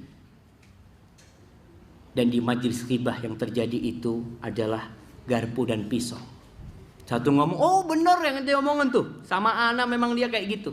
Oh kalau sama Ana lain lagi dia tuh. Wow, sana ngomong sini, potong-potong saudara. Subhanallah. Maka untuk meninggalkan ghibah ini, ingat dengan hal itu, dan ingat dengan pahala kita yang terus diambil. Enak sebenarnya orang yang dighibahin itu jemaah. Dia nggak perlu susah-susah, ibadah dapat pahala, insyaallah. Maka mana mungkin kita kalau punya gaji tiap bulan jemaah 2 juta, kita kasihkan ke orang-orang gaji kita. Orang kata, ente gimana ente? Ente emangnya gak butuh makan?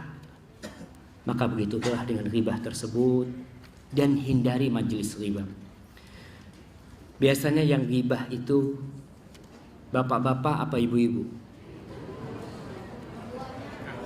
Semuanya jemaah. Antum jangan cuma ibu-ibunya disalahkan.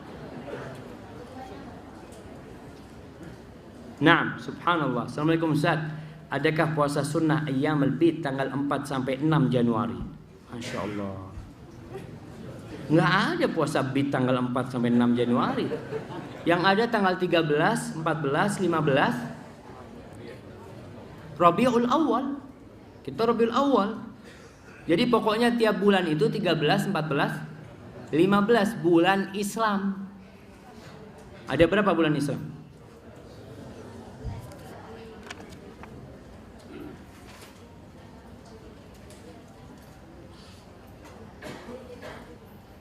Nah, subhanallah. Ustaz, istilah toleransi, HAM, kemudian apa lagi nih, sangat merugikan umat Islam. Apakah istilah ini modal orang-orang yang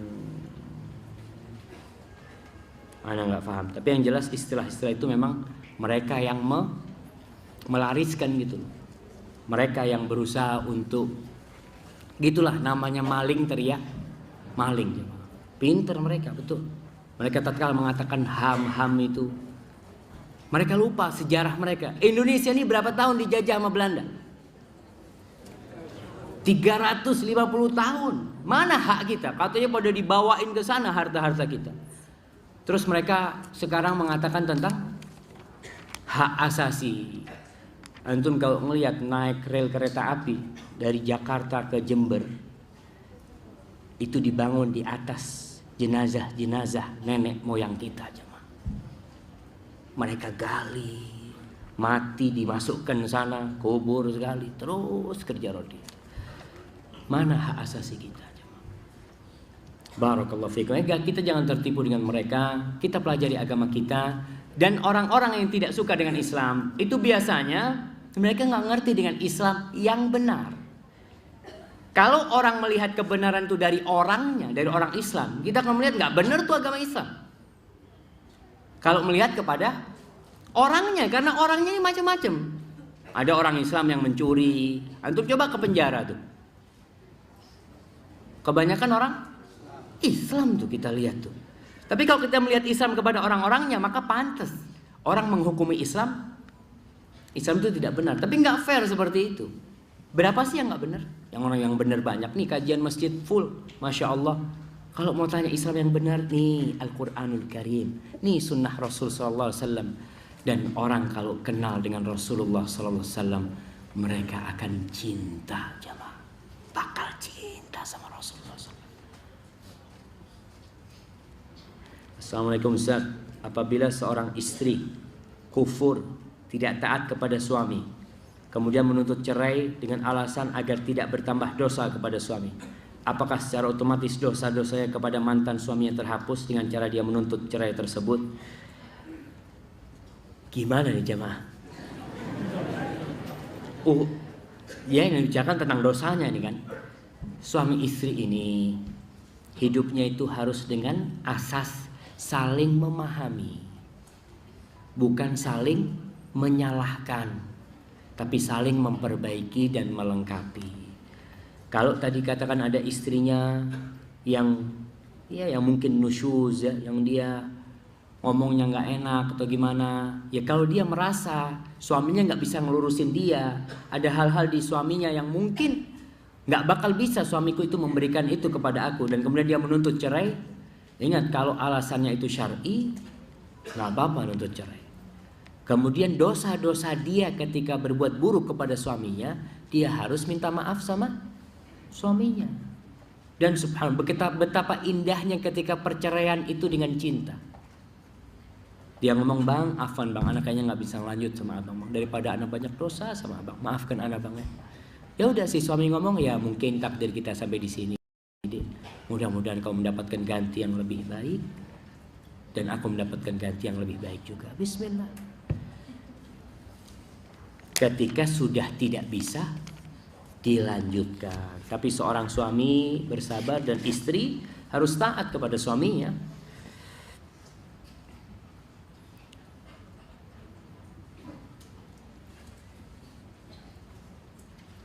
Masya Allah. Ustaz, kalau ayam potong yang di pasar itu halal apa haram? Tunggu dulu, belum selesai pertanyaannya ya ma, belum selesai. Soalnya anak pernah dengar ayam yang di pasar itu motongnya nggak cuma satu-satu, bahkan puluhan. Anak harus gimana? Gimana ya ma? Jadi memang ketika yang motong itu muslim dan kita tahu caranya syar'i, ya halal insya Allah. Tapi kalau kita tahu ada yang caranya model motong bareng-bareng, dia pencet tombol gitu jalan terus ya. Kalau dia baca bismillah insya Allah nggak apa-apa. Yang penting caranya itu dipotong bukan disetrum. Kan ada yang motong itu dengan disetrum sehingga dia mati dulu baru dipotong. Para ulama mengatakan cara yang seperti itu berbahaya. Kata mereka, kenapa kok disetrum dulu? Mereka dipotong sebenarnya lehernya. Tapi supaya nggak gerak-gerak, disetrum dulu.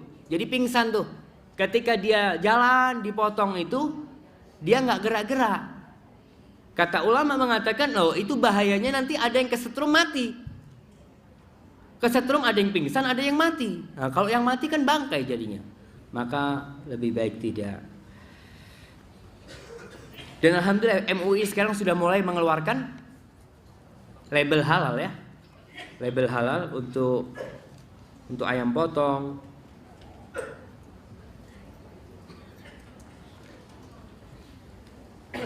Ada yang Anda nggak bisa jawab jemaah. Ustaz, jika kita membaca kitab apa dulu yang harus kita baca agar ilmu yang kita dapat itu bermanfaat? Nah betul, ini pertanyaan yang bagus sekali. Karena memang menuntut ilmu itu seperti naik anak tangga. 1, 2, 3. Tadi kan ada yang alim, ada yang muta'alim, ada yang mustami'. Kalau mustami' mah semuanya dia dengerin, pokoknya bermanfaat dia dengerin. Tapi kalau ada yang mau menuntut ilmu, maka dia membacanya memang harus pelan-pelan. Mungkin yang dia baca dahulu adalah masalah akidah. Dia baca usul tsalatsa tentang prinsip-prinsip tentang 3 pertanyaan di kuburan. 3 pertanyaan di kuburan, bagaimana anak bisa jawab tuh 3 pertanyaan tuh. Karena itu yang paling prinsip. Man rabbuk, ma dinuk, man nabiyuk. Siapa Rabbmu, apa agamamu, dan siapa nabimu. Maka kita itu yang pertama kita pelajari. Membahas bagaimana kita bisa menjawab pertanyaan malaikat nanti di kubur. Setelah itu berkembang lagi nanti kepada kitab yang lebih besar. Sekarang nih kita sholat. Saat anak sholat ini bertahun-tahun gak pernah tahu sama artinya Fatihah. Nah tuh, tiap hari sholat tapi gak ngerti artinya Fatihah. Paling gak kita baca artinya, kita maknain. Kemudian kita tambahkan surat apa yang anak hafal. Dia hafal.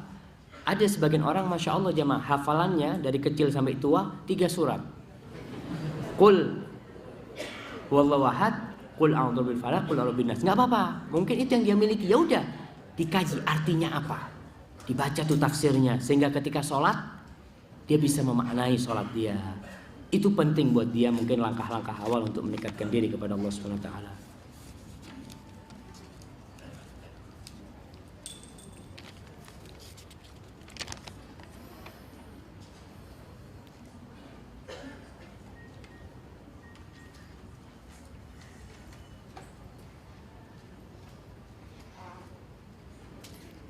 Nah, ini ada yang bertanya, Pak Ustadz, tadi Pak Ustadz bilang bahwa menilai orang lain dari pergaulan dan temannya. Bagaimana bila lingkungan kerja kita orang-orangnya mohon maaf kurang baik, misalnya sering melakukan korupsi? Apa saran Pak Ustadz tentang hal ini? Inilah sistem yang ada di negeri kita jamaah, yang mungkin kita harus sering-sering berdoa kepada Allah SWT agar Allah memperbaiki negeri kita, memperbaiki pemimpin-pemimpin kita. Itu sistem. Dulu orang berpikir dengan turunnya Pak Harto selesai korupsi. Iya. Dulu berpikir reformasi selesai, turunnya Pak Harto selesai. Ternyata tidak. Gimana? Lebih parah gitu kan? Lebih parah. Dulu mungkin nggak ketahuan ya mas. Sekarang aja ketahuan. Tapi yang terjadi, orang itu berpikir katanya seperti ular, pegang kepalanya, ekornya ikut. Ternyata tidak seperti ular. Seperti pohon beringin yang dipotong akarnya udah kemana-mana. Itu sistem yang ada di negeri kita. Bagaimana kita sekarang ketika bekerja di tempat itu, berusahalah untuk menjadi seorang mukmin yang seperti pohon kurma. Dia tegak, tapi dia memberikan warna kepada teman-temannya itu. Kalau enggak memang dia akan terpengaruh. Berapa banyak orang yang tidak mau korupsi, tapi lingkungannya korupsi, mau enggak mau. Ya gimana orang semuanya pada korupsi? Anak kalau enggak korupsi, dibenci sama mereka. Maka terpaksa kalau ada bagi-bagi gitu ya, zen, syukron, terima. Itu mungkin awalnya kita enggak suka, tapi lama-lama syukron jadinya.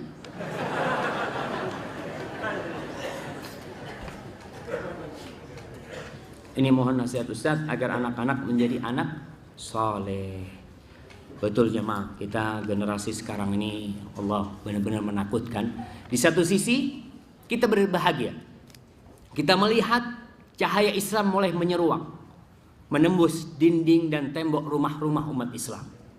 Tapi di sisi lain kita melihat kemungkaran semakin merajalela. Dulu hal-hal yang tidak pernah kita dengar sekarang. Na'udzubillah min dzalik. Tapi begitulah peperangan antara al-haq dan al-batil. Ketika kebaikan itu semakin kuat, maka iblis dan bala tentaranya akan semakin berjuang dia untuk menutup cahaya keimanan. Yuriduna ayyutfi'u nurallah bi afwahihim. Mereka ingin mematikan cahaya Allah dengan lisan mereka. Nggak bakal bisa. Wallahu mutimmu nurihi walau karihal kafirun. Allah akan sempurnakan cahayanya. Anak-anak nih, generasi masa depan. Dan alhamdulillah pemerintah kita juga sudah perhatian tuh. Yang namanya no drug, narkoba itu apa? Di mana-mana itu sudah dipantau. Kenapa? Generasi masa depan gimana kalau generasinya generasi narkoba semua? Yang narkoba ini bukan orang miskin. Orang miskin narkoba gimana bisa, Ustaz? Iya, katanya harganya itu mahal banget. Makanya orang-orang kaya yang sekolahnya di sekolah tinggi, yang harapannya mereka itu bisa memperbaiki negeri kita ini, ternyata anak-anaknya itu jadi narkoba. Maka perlu dipikirkan gimana solusinya. Caranya adalah yang pertama, bagi seorang ibu yang ingin anaknya soleh, ajarkan sholat kepada anak. Ibu-ibu kadang-kala telat sholatnya, usahakan tidak telat dengan sholatnya. Anaknya tuh dari kecil diajarin zikir, diajarin wudu, mau tidur diajarin bacaan-bacaan sebelum tidur ya, duduk sama dia, kemudian dicarikan teman-teman yang baik. Kalau anaknya pinter itu bismillah masukin pesantren nih. Karena sebagian orang kalau anaknya pinter dimasukin umum, biar nih jadi dokter, Ustaz. Kalau nakal, nih yang nakal nih pesantren, Ustaz. Orang-orang gitu, kita gimana? Pesantren ini kumpulan orang-orang nakal akhirnya. Maka hati-hati gitu. Kita berusaha dan berdoa. Senantiasa bapak-bapak nih ya, usahakan dalam seminggu walaupun sibuk bekerja, usahakan makan bareng sama anak. Usahakan makan bareng satu nampan kalau bisa. Sambil ngobrol di situ sama anaknya. Tanya sama anaknya. Biasanya kan sama ibunya terus. Sekalian bapaknya, nak gimana sekolahmu? Kok sama teman-teman mainnya kemana gitu kan? Mungkin dia cerita anak main ini. Kita tahu dia berteman dengan siapa. Apa yang dia lakukan. Dengarkan dari anak kita. Banyak anak kita memiliki keluh kesah yang bapaknya gak pernah dengerin. Pikirnya bapaknya kewajiban anak cuma kasih makan. Udah dia minta game, anak kasih game. Dia minta HP, anak kasih HP. Kurang apa nah Ustaz? Kurang apa jemaah? Anak itu perlu pendekatan dari hati ke hati. Kita lihat Rasul sallallahu alaihi wasallam makannya bareng sama bukan anaknya, anak istrinya. Anaknya Ummu Salamah makan satu nampan. Si anaknya ini makannya kemana-mana tangannya.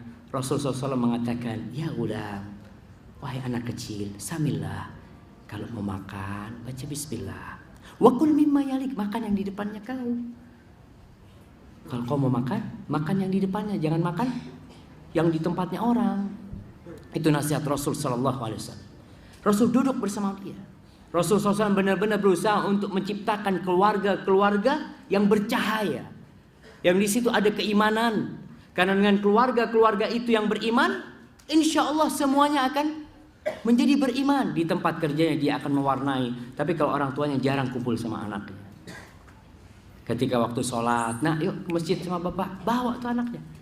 Masjid. Mungkin dia gak kenal sama masjid. Dan kita bersyukur sekarang ini masjid sudah mulai full. Dulu jamaah tahun 70-an 80-an tuh gak ada orang ke masjid jamaah. Yang ada cuma imam sama tukang azannya. Nah, dan itu masih ada di beberapa tempat sekarang. Tapi sekarang Masya Allah. Dan itulah yang membuat musuh-musuh Islam kebingungan. Gak bakal bisa diredam nih. Islam akan kembali gak bisa diredam. Mereka dengan berbagai cara mengonter Islam. Enggak. Islam itu dimulai dari rumah Allah subhanahu wa ta'ala. Rasul SAW memulai dari rumah Allah subhanahu wa ta'ala. Memulai dari Masjid Nabawi. Di situ Rasul SAW memulai semua strategi untuk berdakwahnya. Semuanya dimulai dari masjid. Dan kita bersyukur masjid sudah mulai rame. Misalkan kita memakmurkan masjid, anak kita diajak, dan doa buat anak kita supaya dia jadi anak yang soleh.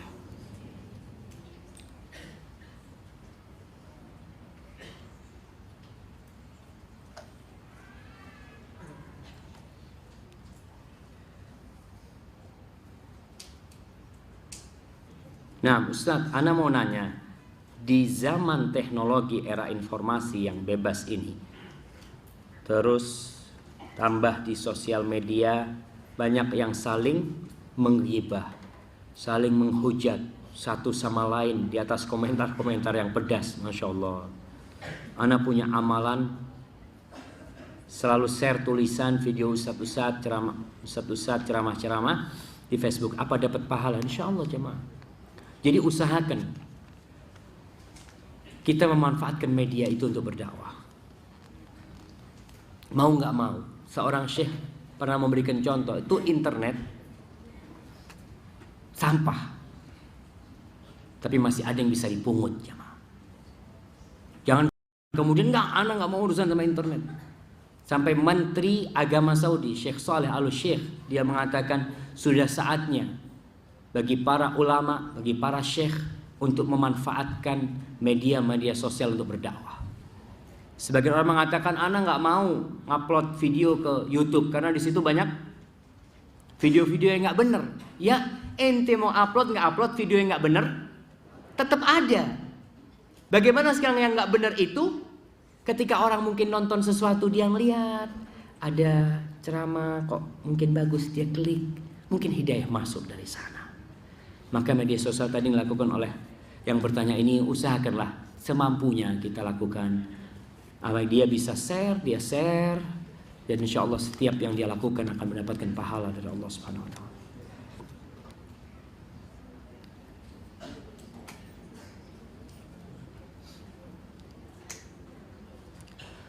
Assalamualaikum. Nanti Dajjal, waalaikumsalam warahmatullahi wabarakatuh, akan mendatangi Mekah dan Madinah dan tidak akan dapat memasukinya. Kemudian akan menghentakkan kakinya 3 kali sehingga keluarlah orang-orang munafik yang akan mengikutinya dan akan mengikutinya. Dosa apakah orang munafik itu sehingga mengikuti Dajjal? Terima kasih, jazakallah khair jemaah. Baik. Berkaitan dengan nifak. Nifak ini, munafik ini penyakit yang dahsyat. Sahabat-sahabat Rasul sallallahu alaihi wasallam, katanya Ibn Abi Mulaika, seorang tabi'in, dia mengatakan adraktu 30 min ashabin Nabi sallallahu alaihi wasallam, aku menjumpai 30 lebih sahabat Nabi Muhammad SAW, kulluhum yakhafu ala nafsihi nifaq, semua takut ditimpa kemunafikan. Sahabat Nabi, karena adanya orang munafik pertama kali itu ya di Madinah. Mereka ikut ceramah Rasul sallallahu alaihi wasallam. Mereka ikut sholat di belakang Nabi Muhammad SAW. Imamnya orang munafik siapa? Rasulullah SAW pada waktu itu jamaah. Dan memang harus kita takut. Bagaimana? Dosa apakah orang-orang munafik? Dosa-dosa orang munafik itu yaitu dia keimanannya nggak masuk ke dalam hatinya, hanya di luar keimanan itu. Dia mengaku beriman dengan Allah dan hari akhir. Dia mengaku bahwa dia adalah orang yang mendekatkan diri kepada Allah. Sholat mereka. Tapi ternyata mereka menyembunyikan kekufuran di hatinya. Dan muncul orang-orang yang benci dengan syariat Islam. Kita lihat orang-orang gak mau dengan syariat Islam, bahkan mencela syariat Islam. Itu salah satu dosa kemunafikan, yang mereka menyimpan kekufuran di dalam hatinya. Wallahu a'lam bishawab.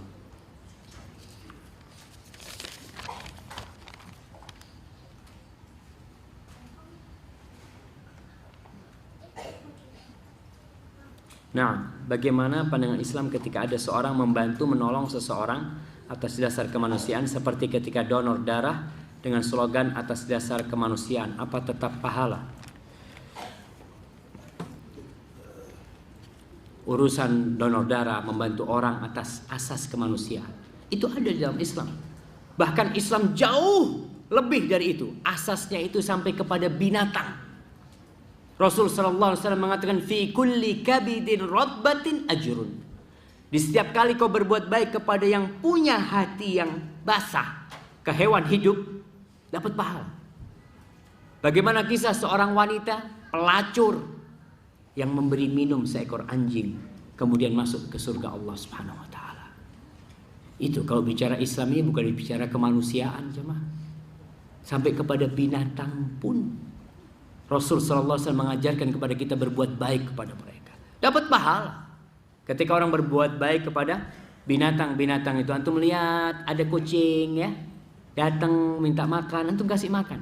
Jangan kira nggak bakal ditulis sama Allah itu, bakal ditulis sama Allah Subhanahu wa taala semua kebaikan itu. Maka insya Allah akan dapat pahala. Dan sahabat Nabi Abdullah bin Amr bin As, kalau dia potong kambing, dia pesan sama budaknya, tetangga kita yang Yahudi udah kau kasih belum? Yahudi. Itulah Islam.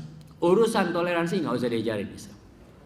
Sama orang Yahudi dikasih, berbagi, bukan yang lain, yang Yahudi. Karena sebagian orang berpikir, masa kau mau ngasih orang Yahudi? Sebagian orang kalau mau bagi-bagi, dia cari tetangganya dulu. Mana yang satu paham nih? Cari, ada yang jauh. Dia berangkat ke yang jauh. Padahal kata Rasul SAW, ketika ditanya oleh Aisyah radhiyallahu taala anha, yang mana yang lebih berhak mendapatkan kebaikanku kalau aku punya mau aku bagi nih? Yang paling dekat pintunya sama engkau. Subhanallah. Maka usahakan kita berbuat baik atas dasar kemanusiaan, tapi tentunya syaratnya itu beriman dia. Kalau orang tidak beriman, man kana yuridul hayatad dunya wa zinataha nuwaffi ilaihim a'malahum fiha wa hum fiha la yubkhasun. Ulaika alladhina laysa lahum fil akhirati illa an-nar. Allah menceritakan orang-orang yang menginginkan dunia dari amal perbuatan dia, Allah akan kasih dia di dunia, tapi di akhirat neraka. Karena syaratnya adalah beriman kepada Allah dan hari akhir. Bagaimana cara membedakan istidraj dan karunia dari Allah Subhanahu wa taala? Bagaimana jemaah? Gampang sebenarnya. Kalau nikmat itu membuat kita dekat kepada Allah, berarti karunia. Tapi kalau nikmat itu membuat kita jauh dari Allah, berarti kita diistidraj. Kita lihat kondisi kita. Dapat nikmat, tambah kaya, sholat ke masjidnya tambah jarang. Nih, jangan-jangan kau istidraj tuh. Tapi dapat nikmat banyak, masya Allah, bukan sholat ke masjid lagi, bangun masjid dia. Berarti nikmat itu adalah karunia dari Allah buat dia. Maka lihat penggunaan nikmat itu.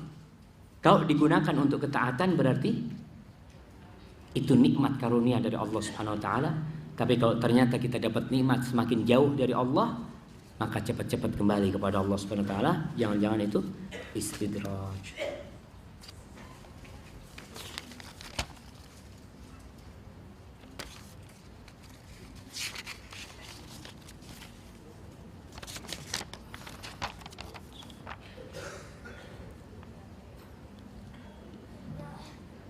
Nah, Assalamualaikum, ana ada pertanyaan.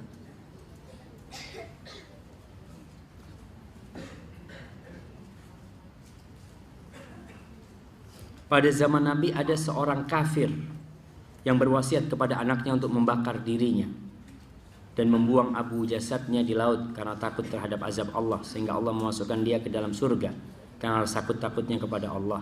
Bukankah orang kafir tidak akan masuk surga? Iya, dia nggak kafir. Dia kalau kafir mana akan membakar dirinya? Mana dia akan takut sama Allah kalau dia seorang yang kafir? Tapi dia cerita umat sebelum Nabi Muhammad SAW. Jadi Nabi itu sering cerita tentang umat sebelum Nabi Muhammad SAW. Mereka itu bukan kafir jemaah, tapi mungkin umatnya Nabi Musa, umatnya Nabi Nuh, umatnya siapa? Yang mereka ketika itu berimannya dengan Allah dan Nabi yang diutus pada waktu itu, tapi tidak pada masa Rasul SAW. Ini pertanyaan, kita disunahkan sholat menggunakan khuf, sepatu. Apa boleh kita menggunakan sepatu sandal jepit ketika sholat wajib, sholat sunnah di rumah? Gimana jemaah? Jadi Rasul SAW itu menyuruh kita untuk menyelisihi orang-orang Yahudi. Orang Yahudi itu kalau sholat dibuka sepatunya, dibuka mereka. Karena memang syariatnya mereka, Allah mengatakan kepada Nabi Musa apa? Fakhla na'alaika innaka bilwadil muqaddasi tuwa. Lepas sandalmu Nabi Musa. Suruh lepas sandal Nabi Musa. Ketika di lembah itu, kau berada di lembah yang suci. Maka dilepas oleh Nabi Musa AS. Dan kemudian banyak orang-orang Yahudi syariatnya seperti itu. Di dalam Islam kita disuruh untuk menyelisihi Yahudi dalam itu. Rasul SAW sholat pakai sandal, bukan pakai khuf ya. Khuf ini, apa khuf itu? Khuf itu kaos kaki dari kulit. Jadi modelnya dia itu lembek. Khuf itu seperti kaos kaki tapi dari kulit khuf itu. Itu biasanya dipakai kalau musim dingin, ketika dinginnya menyengat. Tapi kalau nggak musim dingin mereka pakai sandal ya, pakai sepatu. Apakah boleh orang sholat pakai sepatu? Boleh. Tapi lihat kondisinya tuh. Jangan di masjid pakai sejadah baru atau masuk sama sandalnya. Allahu Akbar. Dilihat sama orang nih, orang waras, orang enggak gitu kan. Karena mereka nggak tahu dengan sunnah. Dan ingat, Rasul SAW di Masjid Nabawi dulu itu nggak pakai karpet, nggak pakai keramik. Apa dulu? Pasir jamaah. Jadi pantas. Rasul SAW mengatakan kalau mau meludah, kata Rasul meludah ke arah kiri. Antum di sini jangan meludah arah kiri. Tuh, itu karpet di sini. Dulu itu pasir, jadi ditutup udah selesai. Maka perlu diperhatikan tentang kondisinya seperti itu. Tapi kalau mau sholat kita umpamanya ini ke pantai, mau sholat di sana, ya udah, Bismillah pakai sandalnya, pakai sepatunya. Seorang syekh pernah sholat di puncak, dia sholat di halaman rumput ya, pakai sandal semuanya, pakai sandal dan pakai sepatu. Sholatlah mereka di situ. Ada perempuan lewat pakai celana pendek. Kata perempuan itu, sholat pakai sepatu gimana nih? Itu dia, Masya Allah. Dia bagaimana? Karena dia selama ini tidak pernah melihat, maka buat dia itu mungkar. Tapi kalau dia pakai celana pendek, baju gini, banyak di sini, nggak ada masalah.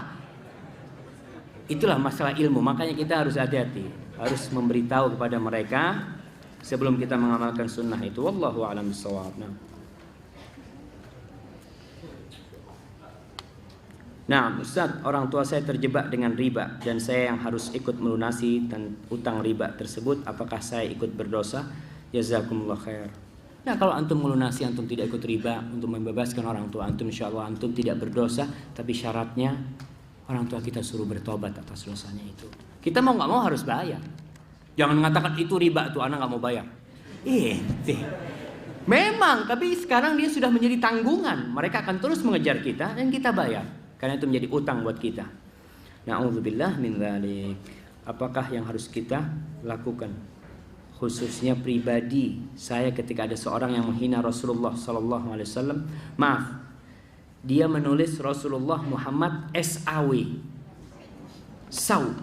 Jamaah, kita disuruh bersolawat, bukan ber-SAW. Maka antum tulisan antum nih, yang ini nih yang pahalanya besar. Ketika SAW nggak dapat pahala. Tapi ketika tulis sallallahu alaihi wasallam, kadang orang Ustaz capek, Ustaz panjang. Itu pahalanya sallallahu alaihi wasallam. Apa saya harus balas melawan atau saya tinggalkan? Mohon penjelasannya. Ma'asyiral muslimin rahimakumullah. Orang-orang yang mencela kekasih kita, orang-orang yang menghina nabi kita, orang-orang yang menjelek-jelekkan utusan Allah di muka bumi ini, mereka tidak akan pernah bisa menjelekkan dia, tidak pernah bisa mencela Rasulullah SAW. Karena nama nabi kita adalah Muhammad. Muhammad itu artinya yang terpuji. Bagaimana dia akan menjelek-jelekan seorang yang terpuji? Muhammad kau bilang terpuji dia. Dia terpuji. Maka bagaimana sikap kita menghadapi orang-orang seperti itu? Kita jelaskan kepada dia. Kau nggak tahu sama Rasul Sallallahu Alaihi Wasallam. Kalau kau tahu, kau pasti akan cinta sama dia. Bayangkan, masih ingat dengan kisah Thumamah bin Athal. Thumamah bin Athal ini di penjara. Dia adalah pemimpin orang-orang Najd, orang-orang Yamamah. Dia ketangkep, diikat di Masjid Nabawi 3 hari. Diikat di sana. Tiap hari Nabi datang sama dia. Ma indak ya Thumamah. Kau punya apa wahai Thumamah? Kata Thumamah, in taktul, kalau kau bunuh aku, taktul dzadamin. Yang kau bunuh adalah orang yang terhormat, darah yang terhormat. Karena dia pemimpin memang di kaumnya. Wa in tun'im ala syakir. Tapi kalau kau membebaskan aku, kau membebaskan orang yang pandai bersyukur. Wa in kunta turidu malan fasal ma syi'ta. Kalau kau ingin harta, berapa kau akan minta untuk membebaskan dia? Rasul dia ditinggal sama Nabi. Nabi sholat.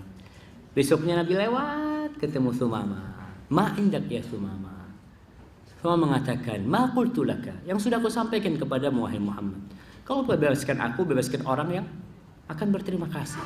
Tapi kalau kau membunuhku, kau membunuh orang yang terhormat. Kalau kau minta harta, berapa kau minta? Kemudian Rasul sholat di Masjid Nabawi. Hari ketiga Rasul SAW tanya lagi, ma indak ya Thumamah. Apa yang kau miliki wahai Thumamah? Ma qultu laka ya Muhammad. Yang sudah aku sampaikan kepadamu. Sudah. Rasul SAW mengatakan kepada sahabatnya, atliqu Thumamah. Udah bebaskan Thumamah. Thumamah ketika dibebaskan jamaah, pikirnya dia mau pulang ke kampungnya. Tidak. Dia masuk ke salah satu kebun, dia mandi di sana. Dia masuk kembali ke Masjid Nabawi. Dia menyumpai Rasul SAW mengatakan, Ashhadu an la ilaha illallah wa ashhadu anna Muhammad Rasulullah. Kemudian dia mengatakan, ya Muhammad, wallahi ma 'alal ardi wajhun abghadu ilayya min wajhik. Faqad asbaha wajhuka abbal wujuh ilayya. Demi Allah Muhammad, tidak ada di muka bumi ini wajah yang paling ana benci lebih dari wajah. Tapi sekarang wajahmu adalah wajah yang paling aku cintai. Wallahi ya Muhammad, ma kana dinun abghada ilayya min dini. Tidak ada agama yang lebih aku benci dari agamamu Muhammad. Faqad asbah al-yawm ahabbud din ilayya. Agamamu sekarang paling aku cintai. Ya Muhammad, ma kana baladun abghadu ilayya min balad. Tidak ada negeri yang lebih aku benci dari negerimu. Bayangkan orang ketika benci dengan wajahnya, benci dengan agamanya, benci dengan negerinya. Dia benci dengan orang-orang itu. Dan Thumamah benci. Dia mengatakan tidak ada negeri yang lebih aku benci dari negerimu. Dan sekarang negerimu itu adalah negeri yang paling aku cintai.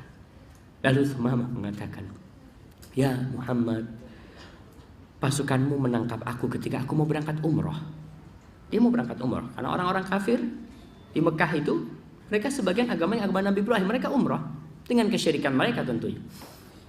Fama taruh, gimana pendapatmu? Apa aku langsung berangkat umroh atau aku pulang? Rasul memberikan kabar gembira kepada Thumamah dan menyuruh dia berangkat umroh. Berangkatlah Thumamah ini umroh. Berita keislaman Thumamah sudah menyebar. Karena dia orang tokoh di masyarakatnya. Tersebar di Mekah. Ketika dia umroh, ada orang kafir datang. Ya Thumamah, sobaut. Thumamah, kau sudah murtad. Apa kata Thumamah? La. Walakinni aslamtu ma'a Muhammadin sallallahu alaihi wasallam. Aku gak murtad, kata dia. Aku masuk Islam bersama Muhammad. Kemudian Thumamah mengatakan, wallahi la ta'tikum hintah min Thumamah minal yamamah hatta ya'dzana fihi Muhammad sallallahu alaihi wasallam. Kata Thumamah, kau jangan mengharap gandum akan datang dari Yamamah. Satu butir pun gak akan datang dari Yamamah. Karena orang Mekah itu dapat gandum dari Yamamah. Maka ketika itu Thumamah memboikot orang Mekah. Dia mengatakan tidak akan satu gandum pun datang ke kota Mekah sampai Muhammad SAW mengizinkan untuk datang ke tempat itu. Bayangkan jemaah, ketika orang kenal dengan Rasul SAW, dia akan cinta. Orang-orang yang mencela Nabi kita alaihi salatu wassalam, kesian mereka. Mereka perlu dikasihani. Maka tugas kita adalah bagaimana menyampaikan pesan-pesan Rasul SAW kepada mereka. Tunjukkan akhlak kita sebagai umatnya Nabi Muhammad. Dia supaya tahu, mungkin dia ngelihat kita nggak suka, gayamu kayak gitu, perlakuanmu kayak gitu. Tapi tatkala kita berakhlak dengan akhlaknya Rasul SAW, subhanallah, akan banyak orang yang melihat ternyata Islam itu indah. Kenapa lihat? Fulan Masya Allah berbakti sama orang tuanya, Fulan membantu tetangganya, Fulan suka berbagi, Masya Allah. Insya Allah dia yang awalnya benci dengan agama Allah akan cinta. Jadi kalau dapat orang kayak gitu, pelan-pelan kita memberikan arahan kepada dia. Wallahu a'lam bishawab. Mungkin itu yang bisa kita kaji pada kesempatan kali ini. Mohon maaf atas segala kekurangan. Apabila yang saya sampaikan benar itu dari Allah Subhanahu wa taala, kalau ada yang salah itu dari diri saya sendiri, Allah dan Rasulnya terbebaskan dari kesalahan itu. Sallallahu ala nabiyina Muhammadin wa ala alihi wa sahbihi wasallam. Assalamualaikum warahmatullahi wabarakatuh.